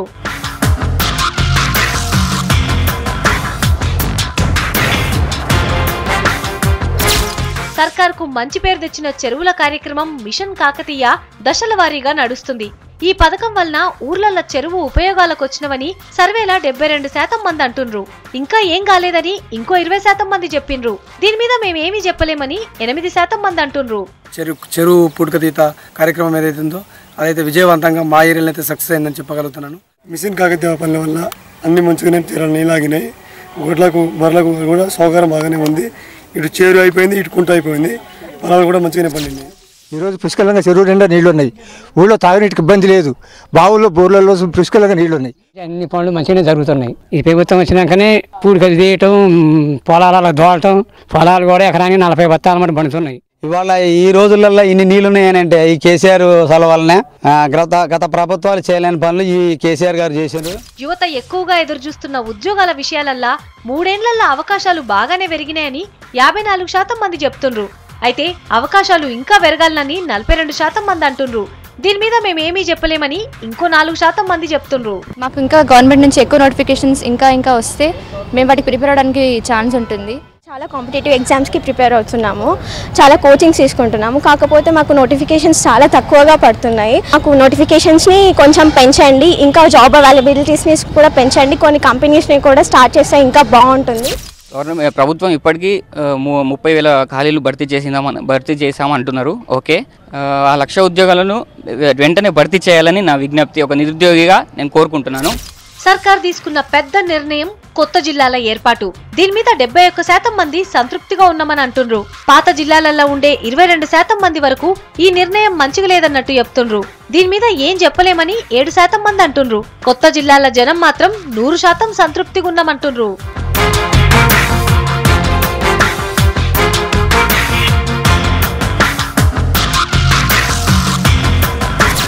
ఇంటింటికి తాగునీళ్ళు ఇయ్యకుంటే ఓట్లే అడగమని చెప్పిన మిషన్ భగీరథ స్కీమ్ తోని నీళ్లొస్తాయని 64% మంది జనం నమ్ముతుండ్రు.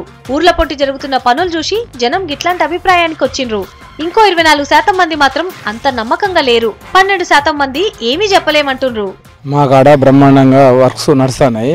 కంపల్సరీ నీళ్ళు తాగుతామన్న పూర్తి నమ్మకం అయితే మాకు ఉన్నది. ఈ రోజున మాకు కేసీఆర్ సారు మిషన్ భగీరథ అనేది ఒకటి ఏర్పాటు చేసి జనాలకు ఎలాంటి ఇబ్బంది కాకుండా చూసుకున్నాడు.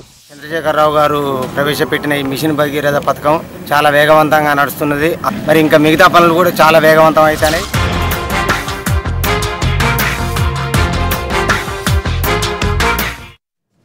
ఇది అభివృద్ధి కార్యక్రమాలకి మనం ఇంతకుముందు మాట్లాడినటువంటి ప్రభుత్వ పథకాలకు ఉన్నటువంటి డిఫరెంట్. ఇంతకుముందు దాదాపు అన్ని పథకాల్లో కూడా 80% కంటే పైన బాగా ఫేవర్గా ఉండే, అంత బాగున్నాయని చెప్పారు, అవి వస్తాయని చెప్పి కూడా నమ్మకంగా ఉండే. కానీ ఇప్పుడు అభివృద్ధి పథకాలకు వచ్చేసరికి డిఫరెంట్గా ఉంది. ముందు నగేష్ గారు చెప్పాలి, ఈ ప్రాజెక్టుల రీడిజైన్కి సంబంధించి ముందు నుంచి కూడా ఎలక్షన్ కంటే ముందు క్యాంపెయిన్స్ నుంచి స్టార్ట్ చేస్తే ఇప్పటివరకు కూడా సీఎం ఏమంటున్నారంటే ప్రాజెక్టుల రీడిజైన్ ద్వారా మొత్తం 1 కోటి ఎకరాలకు నీళ్ళు ఇవ్వచ్చు తెలంగాణలో, 1 కోటి ఎకరాలు తెలంగాణ మాగాణి చేయొచ్చు అంటున్నారు. దాని మీద డిఫరెంట్ ఒపీనియన్ 47% మంది సమర్థిస్తున్నారు ప్రాజెక్ట్ రీడిజైన్ చేయాలని చెప్పి. అందులో 32% మంది వద్దు అంటున్నారు. ఇక 20% మంది వాళ్ళకేం అర్థమైందో అర్థం కాలేదో, 20% మంది ఎక్కువ 20% మంది అది మాకేం తెలీదు మేము చెప్పలేమంటున్నారు. ఎట్లా చూస్తారు ఈ రిపోర్ట్? అంటే ఇప్పుడు అప్పటిదాకా వచ్చిందంతా గవర్నమెంట్కి బాగా పాజిటివ్గా వచ్చింది. 70% పైన వచ్చింది, 75% పైన వచ్చింది. ఇక్కడ తక్కువ ఎందుకు వచ్చిందంటే దాని 75% మీకు ఇన్స్టెంట్ రిజల్ట్స్. ఇప్పుడు ఆసరా పథకం ఉందనుకోండి, వెంటనే మీరు క్యూలో నిల్చుంటే మీకు 1000 రూపాయలు వచ్చేస్తే ఆ డాక్యుమెంట్స్ అన్నీ ప్రొడ్యూస్ చేయాలి. మిగతా కూడా షాదీ ముబారక్ కానీ ఇలాంటివన్నీ. ఇక్కడ అట్లా కాదు, మీకు ఇమీడియట్ బెనిఫిట్స్ రావు, కళ్ళకి కనబడవు. అది మనకు తెలుసు ప్రాజెక్ట్స్ అన్నీ ఒక 5 years కాదు 10 yearsకైనా సరిపోదు. భూసేకరణకు సంబంధించి ప్రభుత్వం అమలు చేస్తున్నటువంటి ఈ భూసేకరణ విధానం కరెక్టే అని అడిగితే 50% మంది కరెక్ట్ అన్నారు. ఒక 31% మంది 32% మంది కరెక్ట్ కాదు అన్నారు. అంటే 50% ఎక్కువ మంది కరెక్ట్ అంటున్నారు. అంటే వాళ్ళంతా లబ్ధిదారులైన రైతులు కావచ్చా? అంతే కదా. ఇప్పుడు అది కాకుండాను బట్ దీనికి నేను 50% ఏంటి, ఇంకా అక్కడ మన ఏదైతే మొదట్లో ఏదైతే ఎజిటేషన్ వచ్చిందో దానికి ఇప్పటికీ 90% దానికి ఎగ్రీ అవుతున్నారు కదా. చాలామంది ఇవ్వాలనుకుంటున్నట్టుగా నిజానికి చాలామందికి అర్థం కాకనే ఇట్లాంటి క్వశ్చన్లకి సమాధానం ఇవ్వరు. రెండో విషయం ఏమిటంటే మనం ఎంత మాట్లాడినా కూడా ఎక్స్టెంపోర్గా చాలా మాట్లాడినాం. నిజానికి క్షేత్రస్థాయిలో ఏ నది ఎట్టిపోతుందో చాలామంది తెలియదు ఇప్పటికి కూడా చాలామందికి. అంటే జర్నలిస్టులు అడగండి మీరు కావాల్స్తే, ఏ నది ఎటు ప్రవహిస్తుంది, ఏ నది కింద ఏ ప్రాజెక్ట్ ఉన్నదంటే చాలామంది చెప్పలేరు. కారణం ఏమిటంటే మనం మాట్లాడిన దానికి ఉన్న క్షేత్రస్థాయిలో ఉన్న విషయాలకు చాలా తేడా ఉంటుంది. ముఖ్యమంత్రి గారు అసెంబ్లీలో కూడా అవన్నీ వేసి చూపించడం ఇవన్నీ మేము కూడా ప్రత్యక్షంగా చాలాసార్లు చూసినాం. ఒకటి గోదావరి నది ఇక మనకు రాదు. కారణం ఏమిటంటే అనేక ప్రాజెక్టులు కట్టినారు వాళ్ళు, గొలుసు కట్టు ప్రాజెక్టులు అంటారు. అంటే ఇక్కడ ఈ ప్రాజెక్టు కడితే ఈ ప్రాజెక్టు నుంచి అవతల ప్రాజెక్టు దాకా నీళ్లు నిల్వ ఉంటాయి. ఇప్పుడు 210 నీటి నిల్వ మనం ఎప్పుడు తెలంగాణలో ఊహిస్తున్నామో అట్లనే గోదావరి మీద బ్యారేజీలు కట్టినారు చిన్న చిన్నవి, కృష్ణానది కట్టినారు. అంటే మీకు ఇంకా వాటర్ అవైలబిలిటీ రెండింటి నుంచి రాదు. మీకు మిగిలిన మంచి వనరు ఏంటి, మహారాష్ట్ర నుంచి వచ్చే తుమ్మిడిహట్టి ప్రాణహిత. కనుక దీన్ని మనం ఎక్స్ప్లోర్ చేస్తే తప్ప మనం అనుకునే లక్ష్యాలు నెరవేరాయని ఒక పెద్ద ప్రణాళిక. ఈ ప్రణాళిక అర్థం అవడం అంత సులభమైంది కాదు. కొత్త జిల్లాల ఏర్పాటు పట్ల 71% మంది సమర్థిస్తున్నారు. దానికి కొత్త జిల్లాల ఏర్పాటు అనేది పరిపాలన సౌలభ్యము అందుబాటు అనే కొత్త దాన్ని తీసుకొచ్చింది. దానికి సరే ఇంకా కొన్ని బాల్యారిష్టాలు ఉంటాయి. ఎందుకంటే మొన్ననే డివిజన్ అయింది, జిల్లాలు కొత్త పరిపాలన మొదలైంది, కొన్ని ఆఫీసులు ఉండకపోవచ్చు, ఉద్యోగులు సరిసమాన స్థాయిలో ఉండకపోవచ్చు. కానీ చాలామంది కలెక్టర్లు ఎవరైతే బాధ్యత వహిస్తారో జిల్లాలకి వాళ్ళు మాట్లాడుతున్న అవి విన్నప్పుడు సులభమైంది పాలన అనేది. అంటే మనము భారతదేశంలో ఉన్న ఒక పెద్ద లొసుగు, ఎందుకంటే గ్రామీణ ప్రాంతాలకు కానీ ఆదివాసీ ప్రాంతాలకు కానీ ఎవరికైతే ప్రభుత్వం చేరాలనో ఆ ప్రభుత్వం చేరదు, ప్రభుత్వం ఉండదు చాలా చోట్ల. అయితే 21 జిల్లాలు అనేది 31 జిల్లాలు అనేది కారణం ఏమిటంటే కొన్ని డిమాండ్స్ తర్వాత రావడం. ఇప్పుడు జనగాం కావచ్చు, ఇక్కడ కొన్ని గద్వాల్ ఇట్లాంటి జిల్లాలు, వీటన్నిటి వల్ల 31 జిల్లాలు అయినాయి. ఇది చాలా పరిపాలనను సులభం చేసింది, అందుబాటులోకి తెచ్చింది. కనుక దీని పట్ల నిజానికి సానుకూలంగానే ఉన్నది తెలంగాణ ప్రభుత్వం. భవిష్యత్తులో అవన్నీ కుదురుకుంటాయి, ఆఫీసులు వస్తాయి, ఇంకా ఉద్యోగులు పెరుగుతారు, అందుబాటులోకి పాలన రావడం అనేది ఒక ముఖ్యమైన. అందులో కొత్త జిల్లా అంటే కొత్త జిల్లాలో వాళ్ళు ఓకే, పాత జిల్లాలో మాత్రం కొద్దిగా వ్యతిరేకించిన అది ఉంటుంది. ఎందుకంటే ఇంకోటి ప్రెస్టేజ్కి పోయినారు కొన్ని సందర్భాలు. మా జిల్లానే ఉదాహరణ, మా జిల్లా వాళ్ళు గ్రూప్ పెట్టేసి అయ్యో కరీంనగర్ ఏమైపోయింది, మాది గొప్ప చరిత్ర, మేమంతా ఉద్యమాల చరిత్ర, జగిత్యాల సిరిసిల్ల దేనికి అది అయిపోయింది. ఉదాహరణకి కరీంనగర్ జిల్లా నేను ఆ గ్రూప్లో ఉంటుంది. వాళ్ళు ఎట్లా అంటే అయ్యో మన చరిత్ర ఏమైంది, కరీంనగర్ రియాలతో అంతరించిపోయింది, ఇట్లాంటి సెంటిమెంటల్ భావన. మన జిల్లా అయ్యో పోతున్నది మన జిల్లా. ఇప్పుడు మహబూబ్నగర్ అంటే ఆలోచన, అదే మహబూబ్నగర్ పోయింది, దానికి ఒక చరిత్ర ఉండే కదా, చరిత్ర అంతరించిపోతుంది, పెద్ద జిల్లా ఇవన్నీ ఉండేది. ఇవన్నీ కాలక్రమేణా పరిపాలనా సౌలభ్యం ముందు, అది అందుబాటు ముందు ఇవన్నీ పోతాయి. రాష్ట్రంలో 3 ఏళ్ల తర్వాత ఎమ్మెల్యేలకు ఉన్న జనం మద్దతు మీద కూడా V6 చేసినటువంటి సర్వేలో ఆసక్తికరమైనటువంటి ముచ్చట తెలిసినాయి. సర్కార్ పాలనను, నాయకుల పనితీరును జనం వేరువేరుగా చూస్తున్నారు. అధికార పార్టీతో పాటు ప్రతిపక్ష పార్టీల ఎమ్మెల్యేల మీద కూడా జనం ఏమంటున్నారు, ఎంతమందికి జనం మద్దతు ఇస్తున్నారు, ఎంతమందిది బాగాలేదంటున్నారో ఈ సర్వే వివరాలు చూద్దాం.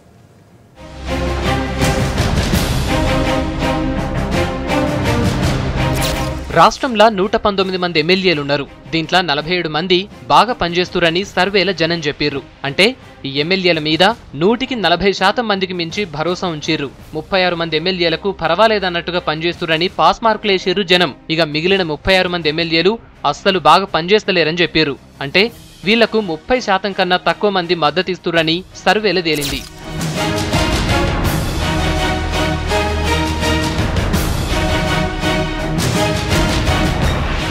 అధికారంలో ఉన్న టీఆర్ఎస్ గుర్తు మీద గెలిచినోళ్లు 63 మంది ఉన్నారు. 27 మంది వేరే పార్టీల నుంచి కారెక్కినోళ్లు. అట్లా టీఆర్ఎస్ కున్న 90 మంది ఎమ్మెల్యేలల్లా 32 మంది మంచిగా చేస్తురని జనం చెప్పిర్రు. 29 మంది పనితీరు పర్వాలేదని పాస్ మార్కులు ఇచ్చిర్రు. ఇంకో 29 మంది పనితీరు మాత్రం అస్సలు మంచిగా లేదని చెప్తుర్రు.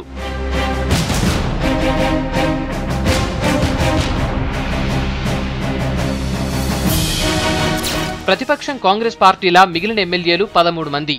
దీనిలా ఒకరు స్వతంత్రంగా గెలిచి కాంగ్రెస్ తోని కలిసిర్రు. మొత్తం ప్రతిపక్ష ఎమ్మెల్యేలల్లా 5గురు బాగా పనిచేస్తురని సర్వేల జనం చెప్పిర్రు. 4 పర్వాలేదన్నారు. ఇంకో 4 మాత్రం ఏం బాగా చేస్తలేరని చెప్పిర్రు.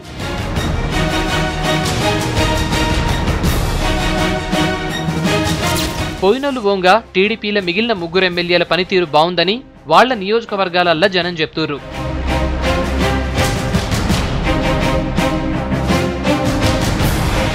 బీజేపీలున్న 5 ఎమ్మెల్యేలల్లా 4 మంచిగానే చేస్తుర్రని చెప్పారు. ఒక్కరి పనితీరు పర్వాలేదని జనం అంటారు.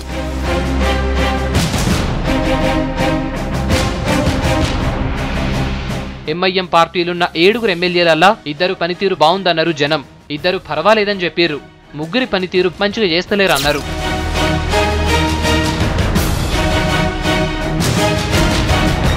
సిపిఎంకు ఒకే ఒక ఎమ్మెల్యే ఉన్నారు. ఆ ఒక్కరి పనితీరు మంచిగుందని ఫుల్ మార్కులేసిర్రు జనం.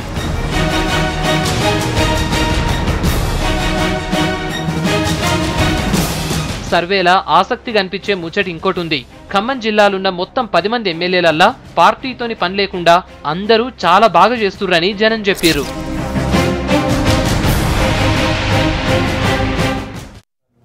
ఎమ్మెల్యేల తీరుకు జనం ఓట్లట్లేస్తున్నారు. సార్ నగే సార్, ప్రభుత్వానికేమో జనం బ్రహ్మరథం పడితే అందులో ఉన్న ఎమ్మెల్యేలకు కొంతమంది పాస్ అయ్యారు, కొంతమంది ఫెయిల్ అయ్యారు. దీంట్లో 32 మంది అయితేనో మంచిగా పాస్ అయ్యారు, మంచి మార్కులు వేసారు. యావరేజ్ 29 మంది, 35కు కొంచెం ఎక్కువ. 29 మంది వాళ్ళు వాస్తవానికి అది ఫెయిల్ అయినట్లే. ప్రభుత్వానికేమో అట్లా ఉండి వీళ్ళకేమో ఇట్లా ఉంది. అందుకు దాంట్లో నేనేం కాంట్రడిక్షన్ చూడలేదు. ఎందుకంటే ఒక ప్రభుత్వంలో ఒక స్ట్రాంగ్ లీడర్ ఉన్నప్పుడు అక్కడ మార్కులు వేరేగా పడతాయి. ఇక్కడేమో ఎమ్మెల్యేస్కి 5 ఉండదు, స్ట్రెంగ్త్ ఉండదు. రెండోది ఏంటంటే ఎమ్మెల్యేకి చీఫ్ మినిస్టర్కి ఏంటంటే ఇంకో పోటీ లేదు అక్కడ తెలంగాణలో. ఒక కంపీటింగ్ క్యాండిడేట్ లేరు. ఎవరు బీజేపీ నుంచి కానీ లేకపోతే కాంగ్రెస్ నుంచి కానీ ఒక రైవల్ క్యాండిడేట్ అని సిద్ధంగా లేదు. ఎమ్మెల్యేకి అట్లా లేదు కదా. ఇప్పుడు ఆల్రెడీ ఎప్పుడు వెనకాతలో ఒకటి ఉంటాడు, ఇది నెక్స్ట్ ఎలక్షన్స్లో నిల్చోడానికి. అది కాకుండా మీరు ఇంకోటి ఆయన పనితీరు, ఎమ్మెల్యే పనితీరు మీద వచ్చినటువంటి రిజల్ట్ ఇది. పనితీరు ఏమిటంటే అది గుడ్ బ్యాడ్ యావరేజ్ లో గుడ్ బ్యాడ్ ఏంటంటే నేను దానికి వస్తున్నాను. నేను యాక్చువల్గాను ఒక్కొక్కసారి ఏమన్నా ప్రతిపక్షంలో ఉన్న ఎమ్మెల్యే కొన్నిసార్లు పనులు జరుగుతాయి. అయినా సార్ నగేశ్వర్ చెప్పినట్టు ప్రతిపక్ష ఎమ్మెల్యే అంటే టీడీపీకి మిగిలింది 3. వాళ్ళ ఉన్న వాళ్ళంతా పోగా మిగిలింది 3. ఆ 3కి గుడ్ అని చెప్పారు. ఆ తర్వాత కాంగ్రెస్లో 13 మంది ఉంటే 5 గుడ్ అన్నారు. సరే ఓవరాల్గా టీఆర్ఎస్లోనే 32 మెంబర్స్ మాత్రమే గుడ్ ఉన్నారు. మిగతా వాళ్ళంతా యావరేజ్ లేకపోతే బ్యాడ్. ఎందుకంటే ప్రాబ్లం ఏంటంటే ఎమ్మెల్యేలు వచ్చేసరికి వాళ్ళ వ్యక్తిగత పని విధానం ఇవన్నీ ఉంటాయి. ఒకటైతే అధికారంలో ఉన్న వాళ్ళకి ఎప్పుడైనా కూడా యాంటీ ఇన్కంబెన్సీ ఒకటి ఉంటుంది. మీరు అధికారంలో ఉన్నారు కనుక మీరు చేసే పనులు కొంచెం వేరే రకంగా ఉంటాయి. అందుకే కేసీఆర్ గారు ఈ మధ్యలో ఎప్పుడు జరిగిన ఒక 2-3 విషయాలు చెప్తుంటారు. ఏదన్నా వచ్చిన వాళ్ళనే వెంటనే డ్రెస్సులు మార్చి కళ్ళద్దాలు నల్ల కళ్ళద్దాలు పెట్టుకొని ఎట్లా పడితే అట్లా ఉంటారు అనేది ఒకటి ఆయన టాపిక్. ఏంటంటే మనం అధికారం వచ్చింది ఎట్లా పడితే అట్లా అనేది ఒకటి ఉంటుంది. ఇప్పుడు బుగ్గకారుల మీద కూడా కామెంట్లు అవే. ఇక అధికారం వచ్చింది కనుక అది చాలా ప్రభావం కలిగిస్తుంది గ్రామాలలో. మా సంగపు చెప్పిన దాంట్లో వెరీ ఇంట్రెస్టింగ్. మరి ఇక్కడ ఎన్నో క్వాలిటీస్ అని ఖమ్మంలో ఉన్నట్ల ఎందుకు ఆ ఇంట్రెస్టింగ్ పాయింట్ ఉంది? అందరూ జనాలందరికీ మంచి మార్కులు వేస్తున్నారు ఖమ్మంలో. జిల్లాల వారీగా చూస్తే ఇంట్రెస్టింగ్ ఉన్నాయి. బట్ ఖమ్మం పర్టికులర్ ఖమ్మంలో అందరూ గుడ్ మార్క్స్ రావడం అనేది చాలా ఇంట్రెస్టింగ్ ఉంది. అయితే అంతకంటే ముందు పార్టీల వారీగా చూస్తే నేను అనుకోవడం టీఆర్ఎస్లో సీఎం కేసీఆర్ ఈసారి 1/3 పీపుల్కి టికెట్లు మారుస్తాడని అనుకుంటున్నాను నేను ఈ సర్వేని బట్టి చూస్తుంటే. ఎందుకంటే ఈ సర్వే 90 మందిలో దాదాపు 32 మంది మాత్రమే గుడ్ స్కోర్ తీసుకోవడం జరిగింది. మిగతా వాళ్ళు తీసుకోలేదు. ఎందుకంటే ఇందాక మిత్రులు చెప్పినట్టు రూలింగ్ పార్టీ ఎమ్మెల్యేలు చాలా సందర్భాల్లో మా దృష్టికి వస్తుంటుంది. జర్నలిస్ట్గా మేము జిల్లాలో కూడా పోతుంటాం కాబట్టి ఏంటంటే ఏ పని కావాలన్నా రూలింగ్ పార్టీ ఎమ్మెల్యేలు ఆల్మోస్ట్ సెమీ మినిస్టర్స్ లాగా బిహేవ్ చేస్తుంటారు. మాకేమిస్తారు, ఈ ఊళ్ళో ఒక చిన్న ఇన్స్టిట్యూషన్ పెట్టుకోవాలంటే మాకెంతో కొంత ఇస్తేనే మేము అలో చేస్తాం, లేకపోతే మాకేంటి దీనివల్ల బెనిఫిట్ అనే డీల్స్ వాళ్ళు అడుగుతారు. అపోజిషన్ ఎమ్మెల్యేలు అంతా అడిగే అవకాశం వాళ్ళకు ఉండదు. కాబట్టి రూలింగ్ పార్టీ ఎమ్మెల్యేలు దాదాపు మంత్రులతో సమానంగా లేకపోతే పవర్లో ఉన్న వాళ్ళుగా వాళ్ళు ప్రత్యక్షంగా వాళ్ళ బిహేవియర్, వాళ్ళ ప్రవర్తన విధానం ప్రజలతో వాళ్ళని అంచనా వేసే విషయంలో తోడ్పడుతుంది.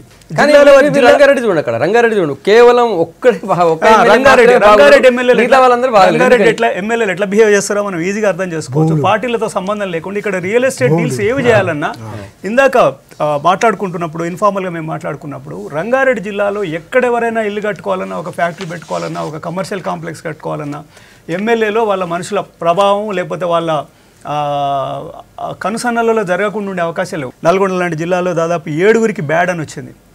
నల్గొండ జిల్లా మాది. సో అక్కడ సహజంగానే చాలామంది ఎమ్మెల్యేలు ప్రజలకు అందుబాటులో లేరనే విషయం అర్థమవుతుంది. ఓన్లీ 3 మాత్రమే వచ్చిందని తెలుస్తుంది. ఆ 3 ఎవరనేది ఇక్కడ ఇవ్వలేదు. బట్ చాలా ఇంట్రెస్టింగ్ ఉంది. చాలా జిల్లాల్లో తక్కువ మంది మాత్రమే, ఆదిలాబాద్లో 2 మాత్రమే వచ్చారు, 4 బ్యాడ్. నిజామాబాద్లో ఇద్దరు మాత్రమే మంచి వచ్చారు, నలుగురు యావరేజ్, ఐదుగురు యావరేజ్, ఇద్దరు బ్యాడ్ అని వచ్చారు. బ్యాడ్కి వచ్చిన ఎమ్మెల్యేలు మీరు మనం గుర్తుపెట్టుకోవాలి. చాలామంది ఇక్కడ ఉన్న నగేష్ గారు కానీ నారాయణ గారు కానీ మేమంతా చాలా ఎలక్షన్ చూసిన తర్వాత ఎమ్మెల్యేల మీద ఉండే యాంటీ ఇన్కంబెన్స్ ప్రభుత్వం మీద ఉండే యాంటీ ఇన్కంబెన్స్ కంటే కూడా పవర్ఫుల్గా పనిచేస్తుంది. ఒకవేళ ఎంత గొప్ప గవర్నమెంట్ ఉన్నప్పుడు కూడా బ్యాడ్ ఎమ్మెల్యే స్థానిక అభ్యర్థి సరైన ఆమోదయోగ్యం కాకపోతే డెఫినెట్గా అతను నెగిటివ్ రిజల్ట్స్ చూడడానికి సిద్ధంగా కావాల్సి వస్తుంది. దాన్ని బట్టి నేను ఏమనుకుంటున్నా అంటే కేసీఆర్ డెఫినెట్గా ఒక 1/3 ఎగ్జిస్టింగ్ సిట్టింగ్ ఎమ్మెల్యేలకి 153 సీట్లు అవుతాయని అనుకుంటున్నాం 34 సీట్లు కలిసిన తర్వాత. కానీ ఇప్పుడు ఉన్న సీట్లలో 1/3 పీపుల్కి టికెట్లు కట్ చేస్తారని అనిపిస్తుంది ఈ సర్వే చూస్తే. అంటే ఈ లెక్కన వాళ్ళు బ్యాడ్ నుంచి యావరేజ్ గానే రావాలి మరి అప్పటి వరకు. వీళ్ళు కనీసం రావాలని కోరుకోవాలి. 36 మంది బ్యాడ్, 36 మంది యావరేజ్ వచ్చిండ్రు, 47 మంది మాత్రమే గుడ్ వచ్చారు. ఇది ఒక రకంగా అంటే అన్ని పార్టీలు కలిపి. కానీ ఒక్క టీఆర్ఎస్లోనే తీసుకుంటే 90 మందిలో 32 మంది గుడ్ వచ్చారు, 29 యావరేజ్, 29 బ్యాడ్ వచ్చాను. తెలంగాణ ఉద్యమ నాయకుడు, 3 ఏళ్ల వయసున్న తెలంగాణ రాష్ట్రానికి తొలి ముఖ్యమంత్రి. తెలంగాణ భౌగోళిక పరిస్థితులకు ప్రజల జీవన విధానానికి అనుకూలమైన స్కీములు తెస్తామని చెప్తున్నారు ముఖ్యమంత్రి. మరి సర్వేలా ఆయన గురించి జనం ఏమనుకున్నారు, ఆయన పరిపాలన తీరు ఎట్లా ఉందంటున్నారు, ఎమ్మెల్యేలకు వేసిన మార్కులు ఎట్లా చూసిన మరి ముఖ్యమంత్రికి కేసీఆర్కు ఎన్ని మార్కులు వేసినారో ఒకసారి చూద్దాం.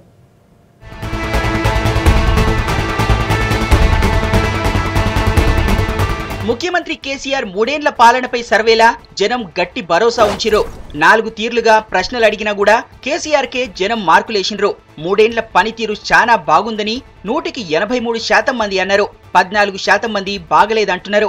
ఇంకో 3% మంది ఏం తెలియదని చెప్పిర్రు.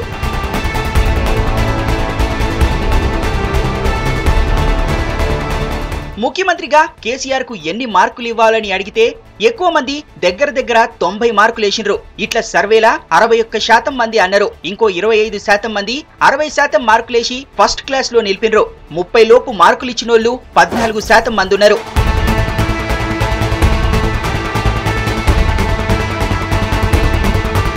తర్వాత ముఖ్యమంత్రి ఎవరు కావాలన్న ప్రశ్నకు 76% మంది కేసీఆర్ అని చెప్పిండ్రు. ముఖ్యమంత్రిగా వేరే పార్టీల నాయకులైతే బాగుంటదని కోరుకునేటోళ్లు 18% మంది దాకా ఉన్నారు. వేరే పార్టీలోలు కాకుండా ఇంకా కొత్త నాయకత్వం కావాలని 6% మంది అంటున్నారు. అన్ని ప్రాంతాలు, సామాజిక వర్గాల జనం నుంచి సర్వేలా ఇట్లాంటి అభిప్రాయం వచ్చింది.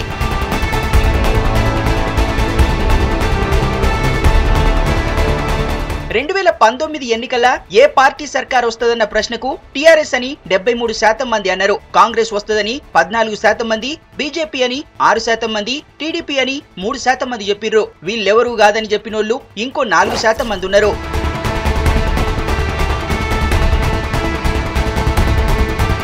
సర్వేల పాలన బాగలేదని చెప్పినోళ్లు, సీఎంకు తక్కువ మార్కులు వేసినోళ్లు, తర్వాత సీఎం వేరే లీడర్ రావాలని చెప్పినోళ్లు, తర్వాత సర్కార్ ప్రతిపక్షం రావాలని అంటున్న వాళ్ళు దగ్గర 14% మంది ఉన్నారు. ప్రశ్నలు మారినా కూడా జనం ఒకేలాంటి ఆలోచనతోని ఉన్నట్టు సర్వేల తేలింది. సీఎంపై ఓవరాల్గా ఉన్నటువంటి అభిప్రాయం అది నారాయణ గారు చెప్పాలి. ఓవరాల్గా ఆయన పనితీరుపై మీ అభిప్రాయం ఏంటి అంటే 82.55% మంది చాలా బాగుందని చెప్పినారు. బాగా లేదనేటోళ్ళు కేవలం జస్ట్ 14.12 చెప్పలేమనేటోళ్ళు చాలా తక్కువ మంది. ఇంతకుముందు విషయంలో చాలా కన్ఫ్యూజన్ కూడా చాలా మంది. ఇప్పుడు సీఎం కేసీఆర్ పనితీరు విషయంలో ఎవరు కన్ఫ్యూజన్ లేదు. నిజానికి ముఖ్యమంత్రి ముందు నుంచి చాలా ఎక్సర్సైజ్ చేస్తున్నాడు ఆయన. రెండవది ఏంటంటే నిజానికి ఆయన ముఖ్యమంత్రి కావడం, గవర్నమెంట్ తీసుకోవడం అనే ఆ పరిణామాలన్నీ జరిగిన తర్వాత ఇక ఇంటలెక్చువల్స్ తోటి, ఎడిటర్స్ తోటి అందరితో మీటింగ్లు పెట్టినాడు ఆయన. ఒక ప్రణాళిక చేసినారు. ఈ మేనిఫెస్టో, ఎన్నికల్లో మేనిఫెస్టోను అమలు చేయాలి. ఈ అమలు చేయడం అనే దాన్ని కూడా కొంత చిత్తశుద్ధితోటి కొన్ని పథకాలు, దానికి అనుగుణంగా పథకాలు పెట్టడం, వాటి మీద మళ్ళీ ఎక్సర్సైజ్ చేయడం, ఇవన్నీ చేసిన ఏకైక ముఖ్యమంత్రి కేసీఆర్. ఇవల్ల ఈ వృత్తుల గురించి కూడా ఆలోచిస్తున్నాడు కాబట్టి డెఫినెట్గా ఆయన ఆలోచనలకి ఒక ప్రత్యేకత ఉన్నది. ఆ ఆలోచనలు సింక్ అవుతున్నాయి ప్రజలతోటి, ప్రజలలో కొంత ఆచరణలో కనబడుతున్నాయి కనుక ప్రజలు ఆయనతో ఉన్నారు. అందువలన ఆయనకు ఇవాళ తిరుగులేని నాయకత్వం. రెండో వైపు రాజకీయంగా కూడా ఆయనను ఎదుర్కొనేంత సాటి బయట ఇవాళ కనబడడం లేదు. ఇటు ఐటీ, ఇటు పెన్షన్స్, ఇటు agriculture, irrigation, employment, rural development, urban development, ఇన్ని అంశాలు ఏకకాలంలో తీసుకొని అన్నిటికీ ప్రాధాన్యతలు ఇస్తూ పైగా కులాలు, ఉపకులాలు, వృత్తులు, అడిగిన కులాలు, అడగని కులాలకు కూడా విస్తారంగా డబ్బులు ఇస్తూ అంటే నిధులు ఇస్తూ అందరినీ సంతృప్తిపరచాలనేటువంటి తాపత్రయం అలా కనపడుతుంది. కాబట్టి ఈ 52% నేను అనుకోవడం మీరు అన్నట్టు ఈ రిజర్వేషన్లు మొన్న ముస్లింలకి 12% రిజర్వేషన్లు, ఎస్టీలకి 10% రిజర్వేషన్లు, అట్లనే బీసీలకు కూడా పెంచబోతున్నాడు, ఎస్సీలకు కూడా కొంత పెంచబోతున్నాడు. అవి కూడా వచ్చిన తర్వాత ఏముంటే ఇది బహుశా నేను అనుకుంటే 70-75% పోయి ఉండేది. అట్లనే రైతులకి ఉచితంగా ఎరువులు ఇవ్వడం అనేది కూడా ఒక ఆయన తీసుకున్న బోల్డ్ డిసిషన్స్లో ఒకటి. అంటే అన్ని రంగాలకు ఒక్కొక్క సీఎం మీరు చూడండి, గత సీఎంలను చూస్తే ఒక్కొక్కరు ఒక్కొక్క సెక్టార్ మీద ప్రాధాన్యత పెట్టారు. ఒకరు ఇరిగేషన్ స్పెషలిస్ట్ అంటే, ఒకరు అడ్మినిస్ట్రేషన్ స్పెషలిస్ట్ అంటే, ఒకరు ఐటీ స్పెషలిస్ట్ అంటే, ఇంకోటి అంటే కేసీఆర్ విషయానికి వచ్చేసరికి ఈయన అన్నిటికీ స్పెషలిస్ట్ అయిపోయాడు. ఓకే, ఈయన ఈ specialist for all sectors. Actually ఆయనే ఫిజిషియన్, ఆయన సర్జన్ కూడా అయిపోయాడు. అంటే డయాగ్నోసిస్ చేసేది ఆయనే అవుతున్నాడు, ఆపరేషన్లు కూడా ఆయనే చేయాల్సి వస్తుంది. దీనికి రీజన్ ఏంటంటే 3 రోల్స్ ఆయన ప్లే చేయడం, త్రిపాత్రాభినయం చేస్తున్నాడు ఆయన. ఒకటి ఉద్యమకారుడిగా ప్రజల ఆకాంక్షలన్నీ సెన్స్ చేశాడు, అర్థం చేసుకున్నాడు. తర్వాత పార్టీ అధినేతగా పార్టీ నడపడం అనేది చాలా ఏమన్నా చాలా కష్టతరమైన విషయం. చాలామంది అనుకుంటాం పార్టీ నడపడం ఏముంటుంది, చాలా ఈజీ అనుకుంటాం, కానీ పార్టీ నడపడం వాళ్ళ ప్రజాస్వామ్యంలో చాలా కత్తిమీద సాంబు లాంటిది. అది చేస్తున్నాడు. మూడోది వచ్చేసి పరిపాలన కూడా ఆయన చూస్తున్నాడు. ఇవాళ దాదాపు 3 సంవత్సరాల్లో మనకు ఏ స్థాయిలో కూడా మంత్రివర్గంలో కానివ్వండి ఇంకెక్కడ కానీ ఎటువంటి కుంభకోణం మన దృష్టికి రాలేదు. ఇది చాలా మన ముఖ్యమైన, ఇప్పుడు క్వశ్చనర్లో మనం అడగలేదు కానీ కీలకమైన అంశం. కేసీఆర్ ఇమేజ్కి సంబంధించి కానీ గవర్నమెంట్ ఇమేజ్ విషయంలో కానీ ఈ ఎక్కడ ఎటువంటి అవినీతి ఆరోపణలు రాకపోవడం, ఒక స్కామ్ లేదు. ఎక్కడైనా చిన్న చిన్న మిస్టేక్స్ అయితే జరిగి ఉండొచ్చు కానీ పెద్ద ఎత్తున ఒక అవినీతి ఆరోపణ వచ్చిన ఉదంతం లేదు. ఇది కూడా ఆయన కేసీఆర్ మూడు భాగాలు, ఇటు పార్టీని, ఇటు ప్రభుత్వాన్ని, అటు ఉద్యమ స్ఫూర్తిని కొనసాగించడం, ఈ మూడింటి వల్లనే సాధ్యమైంది అనుకుంటున్నాను. ఇటు మంత్రులని, ఇటు అధికారులని టోటల్గా ఆయన కోఆర్డినేట్ చేసుకుంటూ అట్ ద సేమ్ టైం అనుకున్న డెలివరబుల్స్ని తొందరగా ఇవ్వాలనేటువంటి ఆతృతలో ఉన్నాడు. 2000 అంటే నెక్స్ట్ ఎలక్షన్ 2019 ఎన్నికల్లో ఎవరు ముఖ్యమంత్రి అవుతారండి అనే ప్రశ్నకు 76% మంది కేసీఆర్ అని చెప్తున్నారు. ఇతర పార్టీ నేతలకు 17% చెప్తే కొత్త నాయకత్వానికి 6% కేవలం. అంటే కొత్త నాయకత్వానికి దాదాపు ఇక్కడ ఏం అవకాశం లేదని అర్థం. ఇంత ఎవరన్నా ఇప్పుడు XYZ ఎవరో వస్తారు అనుకున్నాం, ఆ XYZ గద్దర్ ఒక పార్టీ, కోదండరాం పార్టీ ఇట్లాంటి దాంట్లో చెప్తలేము. కొత్త నాయకులు ఎవరైనా రావచ్చు, దాంట్లోకి ఎవరైనా రావచ్చు. దీంట్లో కేసీఆర్ అంటే నాయకులు ఎవరు వస్తున్నాడో మనకు దాంట్లో ఎట్లా ఉంది అనేది ఎక్స్పెక్ట్ అయింది. దీంట్లో 76% మంది ఉన్నాడు నైస్ గారు. ఎట్లా మనం దీన్ని అర్థం చేసుకోవాలి, ప్రజలు ఇంతగానే అంటే ఇప్పుడు ఇది ఒక ఈ క్వశ్చన్ ఒకటి ఎత్తు, ఇప్పటిదాకా వచ్చిన క్వశ్చన్ ఒక ఎత్తు. అంటే ప్రభుత్వం పనితీరు మీద ఒక as far as welfare is concern బ్రహ్మాండంగా మార్కులు వచ్చాయి, డెవలప్మెంట్ మీద తక్కువ మార్కులు వచ్చాయి. మళ్ళీ మీరు ఆఖరి అంశంలోకి వచ్చినప్పుడు మళ్ళీ కేసీఆర్కి మంచి మార్కులు వచ్చాయి. ఇప్పుడు కేసీఆర్కి మంచి మార్కులు రావడానికి చాలా కారణాలు ఉన్నాయి. ఒకటి ఏంటంటే ఆల్టర్నేట్ లీడర్షిప్, మీరు దాని గురించి ఇప్పుడే మాట్లాడదు అంటున్నారు. బట్ ఏంటంటే ఆల్టర్నేట్ లీడర్షిప్ ఏంటంటే అసలు కాంగ్రెస్ ఏదైతే దీంట్లో క్రెడిట్ తీసుకోవాల్సిందో ఏదో తెలంగాణలో వాళ్ళు అటర్గా ఫెయిల్ అయ్యారు. నేనైతే గట్టిగా నమ్ముతున్నాను, నేను వ్యక్తిగతంగా ఫైనాన్షియల్ మేనేజ్మెంట్ తెలంగాణలో ఇంకా ఇంప్రూవ్ అయ్యే చాలా స్కోప్ ఉంది. ఇందాక నేను చెప్పిన దాంట్లో ఫర్ ఎగ్జాంపుల్ మనం చాలాసేపు ఇరిగేషన్ మీద మనం చర్చ చేసుకున్నాం. ఇరిగేషన్ మీద మార్కులు తక్కువ వచ్చి మీరు అక్కడ చూడండి, ఇరిగేషన్ మీద ప్రాజెక్టులు దాని మీద కొంచెం మార్కులు తక్కువ వచ్చినట్టున్నాయి. మేజర్ ఇరిగేషన్ మీద దానికి ఏమిటంటే టార్గెట్ 50,000 ఎకరాలు లాస్ట్ ఇయర్ ఇరిగేషన్ మీద కింద తీసుకొస్తామన్నారు. 13,000 ఎకరాలు వచ్చాయి. 13 లక్షలు కాదు, 13,000 ఎకరాలు, 13 లక్షలు ఎక్కడ. దాని తర్వాత అలాగే 2 బెడ్రూమ్ హౌసెస్, మంచి పథకం, గ్రేట్ దాని అందరం మనం అంతా ఇక్కడ కూర్చుని పోగడాం. ఇంప్లిమెంటేషన్ లోపల అవన్నీ డిఫరెంట్.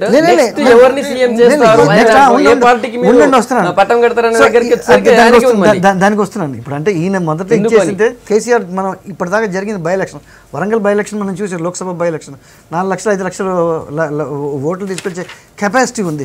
ఎందుకంటే ఈయన ఎన్ని ఎలక్షన్స్లో ఆయన స్ట్రాటజీ చేశాడో ఇంతకుముందు ఉన్న పార్టీలో ఈయన ఇది మైండ్ పనికొచ్చింది. కాంగ్రెస్లో అలాంటి లీడర్షిప్ లేదు. సో ఇప్పుడు ఏంటంటే వేరే ఇంకా ఈ తిరుగులేని నాయకుడిగా ఆయన తయారయ్యాడు. మీరు నెక్స్ట్ క్వశ్చన్ చూస్తే ఇప్పుడు ఇది టీఆర్ఎస్కి 73% వచ్చింది, కేసీఆర్కి ఏమో 76% వచ్చింది. అంటే టీఆర్ఎస్ కన్నా ఈ అబౌవ్ ది పార్టీ అనేది అది చాలా ఇక్కడ ఒక ముఖ్యమైనది. అక్కడ that is where he scores. Narayana గారు ఎట్లా విశ్లేషిస్తారు దీన్ని? నిజానికి తెలంగాణలో ఒకటి ఉద్యమ నాయకుడు కావడం, ఉద్యమాన్ని అన్నిటికంటే మించి మీకు ఆ ప్రభావం ఇంకా కొనసాగుతున్నది. మనం ఆ ఉద్యమ ప్రభావాన్ని లేకుండా ఇక్కడి నాయకత్వాన్ని అంచనా వేయడం చాలా కష్టం. ఇప్పటికీ మీరు మాట్లాడితే చాలామందితో మీరు మాట్లాడండి, ఇట్లాంటి ఒక ఉద్యమం ఇప్పటివరకు జరగలేదు. అంటే సుదీర్ఘకాలం జరగడం ఒకటైతే 2001 నుంచి రాజకీయ లక్షణం దానికి తెచ్చి ఆ స్ట్రగుల్, ఆ నేచరు అన్నిటికీ మించి పీస్ఫుల్గా జరపడం. నిజానికి ఉద్యమం సక్సెస్ కావడంలో కూడా ప్రధానమైన కారణం ఏంటంటే మొదటి ఉద్యమంలాగా కనీసమైన ఒక్క చర్య కూడా జరగకుండా చాలా శాంతియుతంగా అట్లాంటి పద్ధతులు ఎన్నుకోవడం, అట్లాంటివి అన్నిటి క్రెడిట్ గోస్ టు సరే కాంగ్రెస్ ఇచ్చింది, కాంగ్రెస్ సపోర్ట్ చేసింది, బీజేపీ సపోర్ట్ చేసింది, సిపిఐ సపోర్ట్ చేసింది, సిపిఎం తప్ప లోకంలో ఉన్న పార్టీలను సపోర్ట్ చేసినాయి, అట్లాగే ప్రజా సంఘాలు సపోర్ట్ చేసినాయి, విద్యార్థులు అందరూ ఉన్నప్పటికీ కూడా దీనికి నాయకత్వం వహించిన వాడిగా కేసీఆర్కే క్రెడిట్ గోస్ టు. దానివల్లనే ఆయన మళ్ళీ అధికారంలోకి వచ్చినారు. రాజకీయాలు వేరు, ఎన్నికల రాజకీయాలు వేరు, ప్రజా రాజకీయాలు వేరు. ఇవి మూడు గుర్తుంచుకుంటే అందరూ అంటే కొత్తగా రాజకీయాల్లోకి వచ్చి ఎన్నికల రాజకీయాల్లోకి వద్దాం అనుకునే వాళ్ళకు నిజంగా కూడా ఈరోజు షర్మిల 96 ఓట్లు అనే బాగా ఆలోచించుకుంటే మనకి ఈ విషయాలన్నీ రైట్. రామకృష్ణ గారు, సరే ఇంతకుముందు నారాయణ సార్ చెప్పినా లేకపోతే నగేష్ గారు చెప్పినా కూడా ఆయన అబౌవ్ ది పార్టీ, మనం పార్టీ వైజ్ చూస్తే కూడా టీఆర్ఎస్ పార్టీ అధికారంలోకి వస్తుంది, ఏ పార్టీ వస్తుందంటే టీఆర్ఎస్ వస్తుందని చెప్పిన వాళ్ళు 73% మంది. కానీ సీఎంగా ఎవరిని కోరుకుంటున్నారంటే కేసీఆర్ పేరు చెప్పింది 76% మంది, 3% మంది ఇంకా ఎక్కువ చెప్పింది. కానీ ప్రతిపక్షాల విషయానికి వస్తే ఎందుకు ఇంత పడిపోయింది? ఒక్కసారి 14% మంది మాత్రమే కాంగ్రెస్ అంటున్నారు. ఇక బీజేపీ మొత్తం రాష్ట్రాలు మేము కవర్ చేసుకుంటూ వస్తున్నాం అంటున్నారు. కానీ మన దగ్గరకు వచ్చేసరికి ఏమాత్రం లేదు, జస్ట్ 5.5%. ఇప్పుడు ఈ 76.09% కేసీఆర్నే సీఎంగా మళ్ళీ చూడాలనుకుంటున్నది ఏమాత్రం ఆశ్చర్యం కలిగించే విషయం కాదు. దీనికి 2 కారణాలు ఉన్నాయి. ఒకటి, కేసీఆర్ పట్ల జనంలో ఉన్న ఆకర్షణ లేకపోతే ఆయన పట్ల ఉన్నటువంటి కరిష్మా ఇంకా కంటిన్యూ అవుతుందనే చెప్పొచ్చు. సార్ నగేష్ గారు, ఈ దీంట్లో సార్ 2019 ఎన్నికల్లో ఏ పార్టీ అధికారంలోకి వస్తుంది అనే ప్రశ్నకు కాంగ్రెస్, బీజేపీ, తెలుగుదేశం ఏవీ కావు, ఈ ఏవీ కావనే 4.28% మందిని ఒకవేళ వీళ్ళకి అభిప్రాయం మార్చుకొని వీళ్ళకే కలిసి అనుకుందాం, మాట వరుసకు అనుకుందాం, మొత్తం 27% అవుతున్నారు. ఈ 2 ఏళ్లలో ఏదన్నా మార్పులు వచ్చి వీళ్ళు ఏమైనా కొంచెం పెరుగుతారా, ఎట్లా కనపడుతుంది? నేను అనుకోవడం బీజేపీలో కొన్ని రోజుల్లో కొన్ని డెవలప్మెంట్ జరుగుతాయి. ఆల్రెడీ వాళ్ళు కొంతమంది కాంగ్రెస్ లీడర్స్ తోటి, వేరే పార్టీ లీడర్స్ తోటి టచ్లో ఉన్నారు. తెలంగాణ ఇది సౌత్ తెలంగాణ డిస్ట్రిక్ట్లో ఉన్నారు.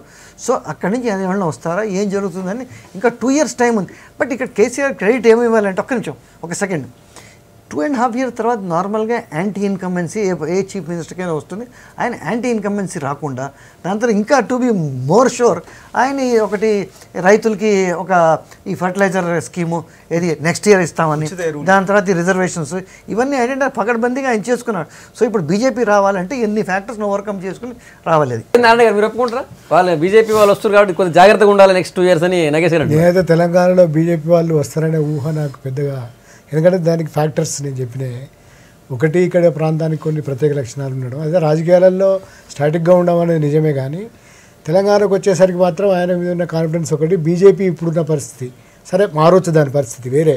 అంటే వాళ్ళు ఇవాళ రేపు వాళ్ళు కూడా ఇంత బీజేపీ పంత మార్చేసింది, తీసుకుంటుంది. అదే ఎన్నికల రాజకీయాల పంత వాళ్ళు మార్చినారు, ఇవాళ యూపీలో సక్సెస్ చేసినారు. ఇక్కడ అట్లాంటి సామాజిక శక్తులు అట్లా నిర్మాణమై లేవు. సామాజిక శక్తులను చూస్తారు రాజకీయ కోణంలో, వాళ్ళు వేరే పార్టీల నుంచి సీనియర్ లీడర్లు కావచ్చు, బలమైన లీడర్ వస్తే ఏమైతే రాజకీయ నాయకులు ఇప్పుడు కేసీఆర్ కంటే బలమైన నాయకులు అయితే కాదు. కేసీఆర్ చరిష్మా అవేమి ఇప్పటి వరకు పోలే, ఆయన మీద వ్యతిరేకత రాలే. మొత్తం ఈ 3 సంవత్సరాల మొత్తం సినారియో లేకపోతే ఇవాళ మనం సర్వేలో చూసిన మొత్తం అంశాలు చూస్తే ఒక తిరుగులేని నాయకుడిగా ప్రజలు కేసీఆర్ను విశ్వసించడం వెనుక విషయాన్ని చెప్పడంలో ఆయన విజయం ఉందా, లేకపోతే కనుక ఇతను తప్ప వేరే ఎవరు లేరు అనే ఒక అభిప్రాయం బలంగా ఉన్నందుక? ఈ 3 నేను అనుకుంటున్నాను నేను బుచ్చన్న గారు. ఏంటంటే ఒకటి, ఆయన అద్భుతమైనటువంటి కమ్యూనికేషన్ ఎవరిదైనా బాగుండాలంటే ఫస్ట్ క్లారిటీ ఆఫ్ థాట్ ఉండాలి, అంటే కన్విక్షన్ ఉండాలి. ఆయనకి స్పష్టత ఉంది, అంతే అద్భుతంగా చెప్పగలడు. ఇప్పుడు బాగా ఏం బుర్రలేనివాడు గొప్పగా మాట్లాడే అవకాశం లేదు. కాకపోతే బాగా ఉండి కూడా మాట్లాడలేని వాళ్ళు ఉంటారు, కానీ మాట్లాడగలిగిన వాడికి ఏం లేకుండా మాట్లాడడం అనేది సాధ్యం కాదు. ఆయనలో ఫస్ట్ ఆఫ్ ఆల్ ఆయన అండర్స్టాండ్ చేసుకున్నాడు. మనం చూస్తే ఆయన ప్రస్థానం కూడా మన కళ్ళ ముందే జరిగింది. తెలంగాణ కోసం ఫైట్ చేయాలని నిర్ణయించుకున్న మరుక్షణమే ఆలస్యం చేయకుండా రంగంలోకి దిగాడు, పార్టీ పెట్టాడు. విత్ ఇన్ 1 yearలో పెట్టాడు. రెండోది అట్ ద సేమ్ టైం కేవలం కమ్యూనికేషనే మాటలు చెప్తూ ఉంటే ఇవాళ మనం మాట్లాడుకున్న స్కీమ్స్ దాదాపు 10-12 స్కీమ్స్ మన కళ్ళ ముందు ఉన్నాయి. కొత్తగా వచ్చిన 2-3 ఉన్నాయి. నేను అనుకోవడం నెక్స్ట్ ఇయర్ ఇంకో 2-3 వాటి మీద స్పష్టత రావడం లేదు. ఇంకా కూడా ఆయన దగ్గర అద్భుతమైనటువంటి అంటే జనానికి అవసరమైన స్కీమ్స్, జనాకర్షక స్కీమ్స్ అనడం కంటే కూడా జనానికి అవసరమైనటువంటి ఎక్కడ గవర్నమెంట్ ఇంటర్వెన్షన్ కావాలో, ఎక్కడ ప్రభుత్వ ఇంటర్వెన్షన్ కావాలో అటువంటి స్కీమ్స్ ఆయన మైండ్లో ఉన్నాయని, ఇంకా కొన్ని వర్గాలకు కూడా ఆయన ఆకట్టుకునేటువంటి స్కీమ్స్తో ఆయన వస్తాడని అనిపిస్తుంది. ఇంకా నెక్స్ట్ 2 years ఏం చేయకుండా ఉంటాడనేది ఏం లేదు. నగేష్ గారు అన్నట్టు politics are dynamic process. Actually ఇవాళ 1 week is too long in politics. ఇక్కడ చెప్పాలంటే మనం అప్పుడు ఎన్నికల టైంలో ఇక్కడే డిస్కస్ చేసినాం. మనం ఎన్నికల సమయంలో అది రావడానికి మీరు ఊహించగలరా? కేసీఆర్ 106 మీటింగ్లు లేకుండా 106 మీటింగ్లు లేకుండా టీఆర్ఎస్ అధికారంలోకి వచ్చేదా? రాకపోయేది. అంటే 106 మీటింగ్లు ఒక్క కేసీఆరే మొత్తం తిరిగినాడు. అంతే 26 రోజులు 16 రోజులు 106 మీటింగ్ అంటే ఏ స్థాయిలో తిరిగిండు అనేది. అంటే ఈ ఎన్నికల రాజకీయాలలో కూడా మోస్ట్ సక్సెస్ఫుల్ మ్యాన్. ఇది V6 చేసినటువంటి సరే మొత్తం 10 జిల్లాల్లోని పాత 10 జిల్లాల్లో తర్వాత 119 అన్ని కాన్స్టిట్యున్సీల్లో కలిపి 456 మండలాల్లో మొత్తం 25,000 శాంపిల్స్, దాదాపు అందులో మోర్ దాన్ 80% శాంపిల్స్కి ఫోన్ నెంబర్స్ కూడా ఉన్నాయి. అట్లాంటి శాంపిల్స్తో పోయిన నుంచి మార్చి నుంచి స్టార్ట్ చేసి ఏప్రిల్ 7వ తేదీ దాకా చేసినటువంటి సర్వే రిపోర్ట్ ఇది ఇంత లోతుగా విశ్లేషణ చేసినటువంటి సర్వే ఇది. 3 ఏళ్ల కాలంలో ప్రభుత్వ తీరుకు ప్రజల పట్టం కట్టిన తీరు ఇది. నమస్తే. రైట్, థ్యాంక్ యూ నగేష్ గారు, తర్వాత అల్లమనారాయణ గారు, రామకృష్ణ గారు ఈ సర్వేకి సంబంధించి మరింత లోతుగా మీరు విశ్లేషించేందుకు. ఇది స్పెషల్ సర్వే.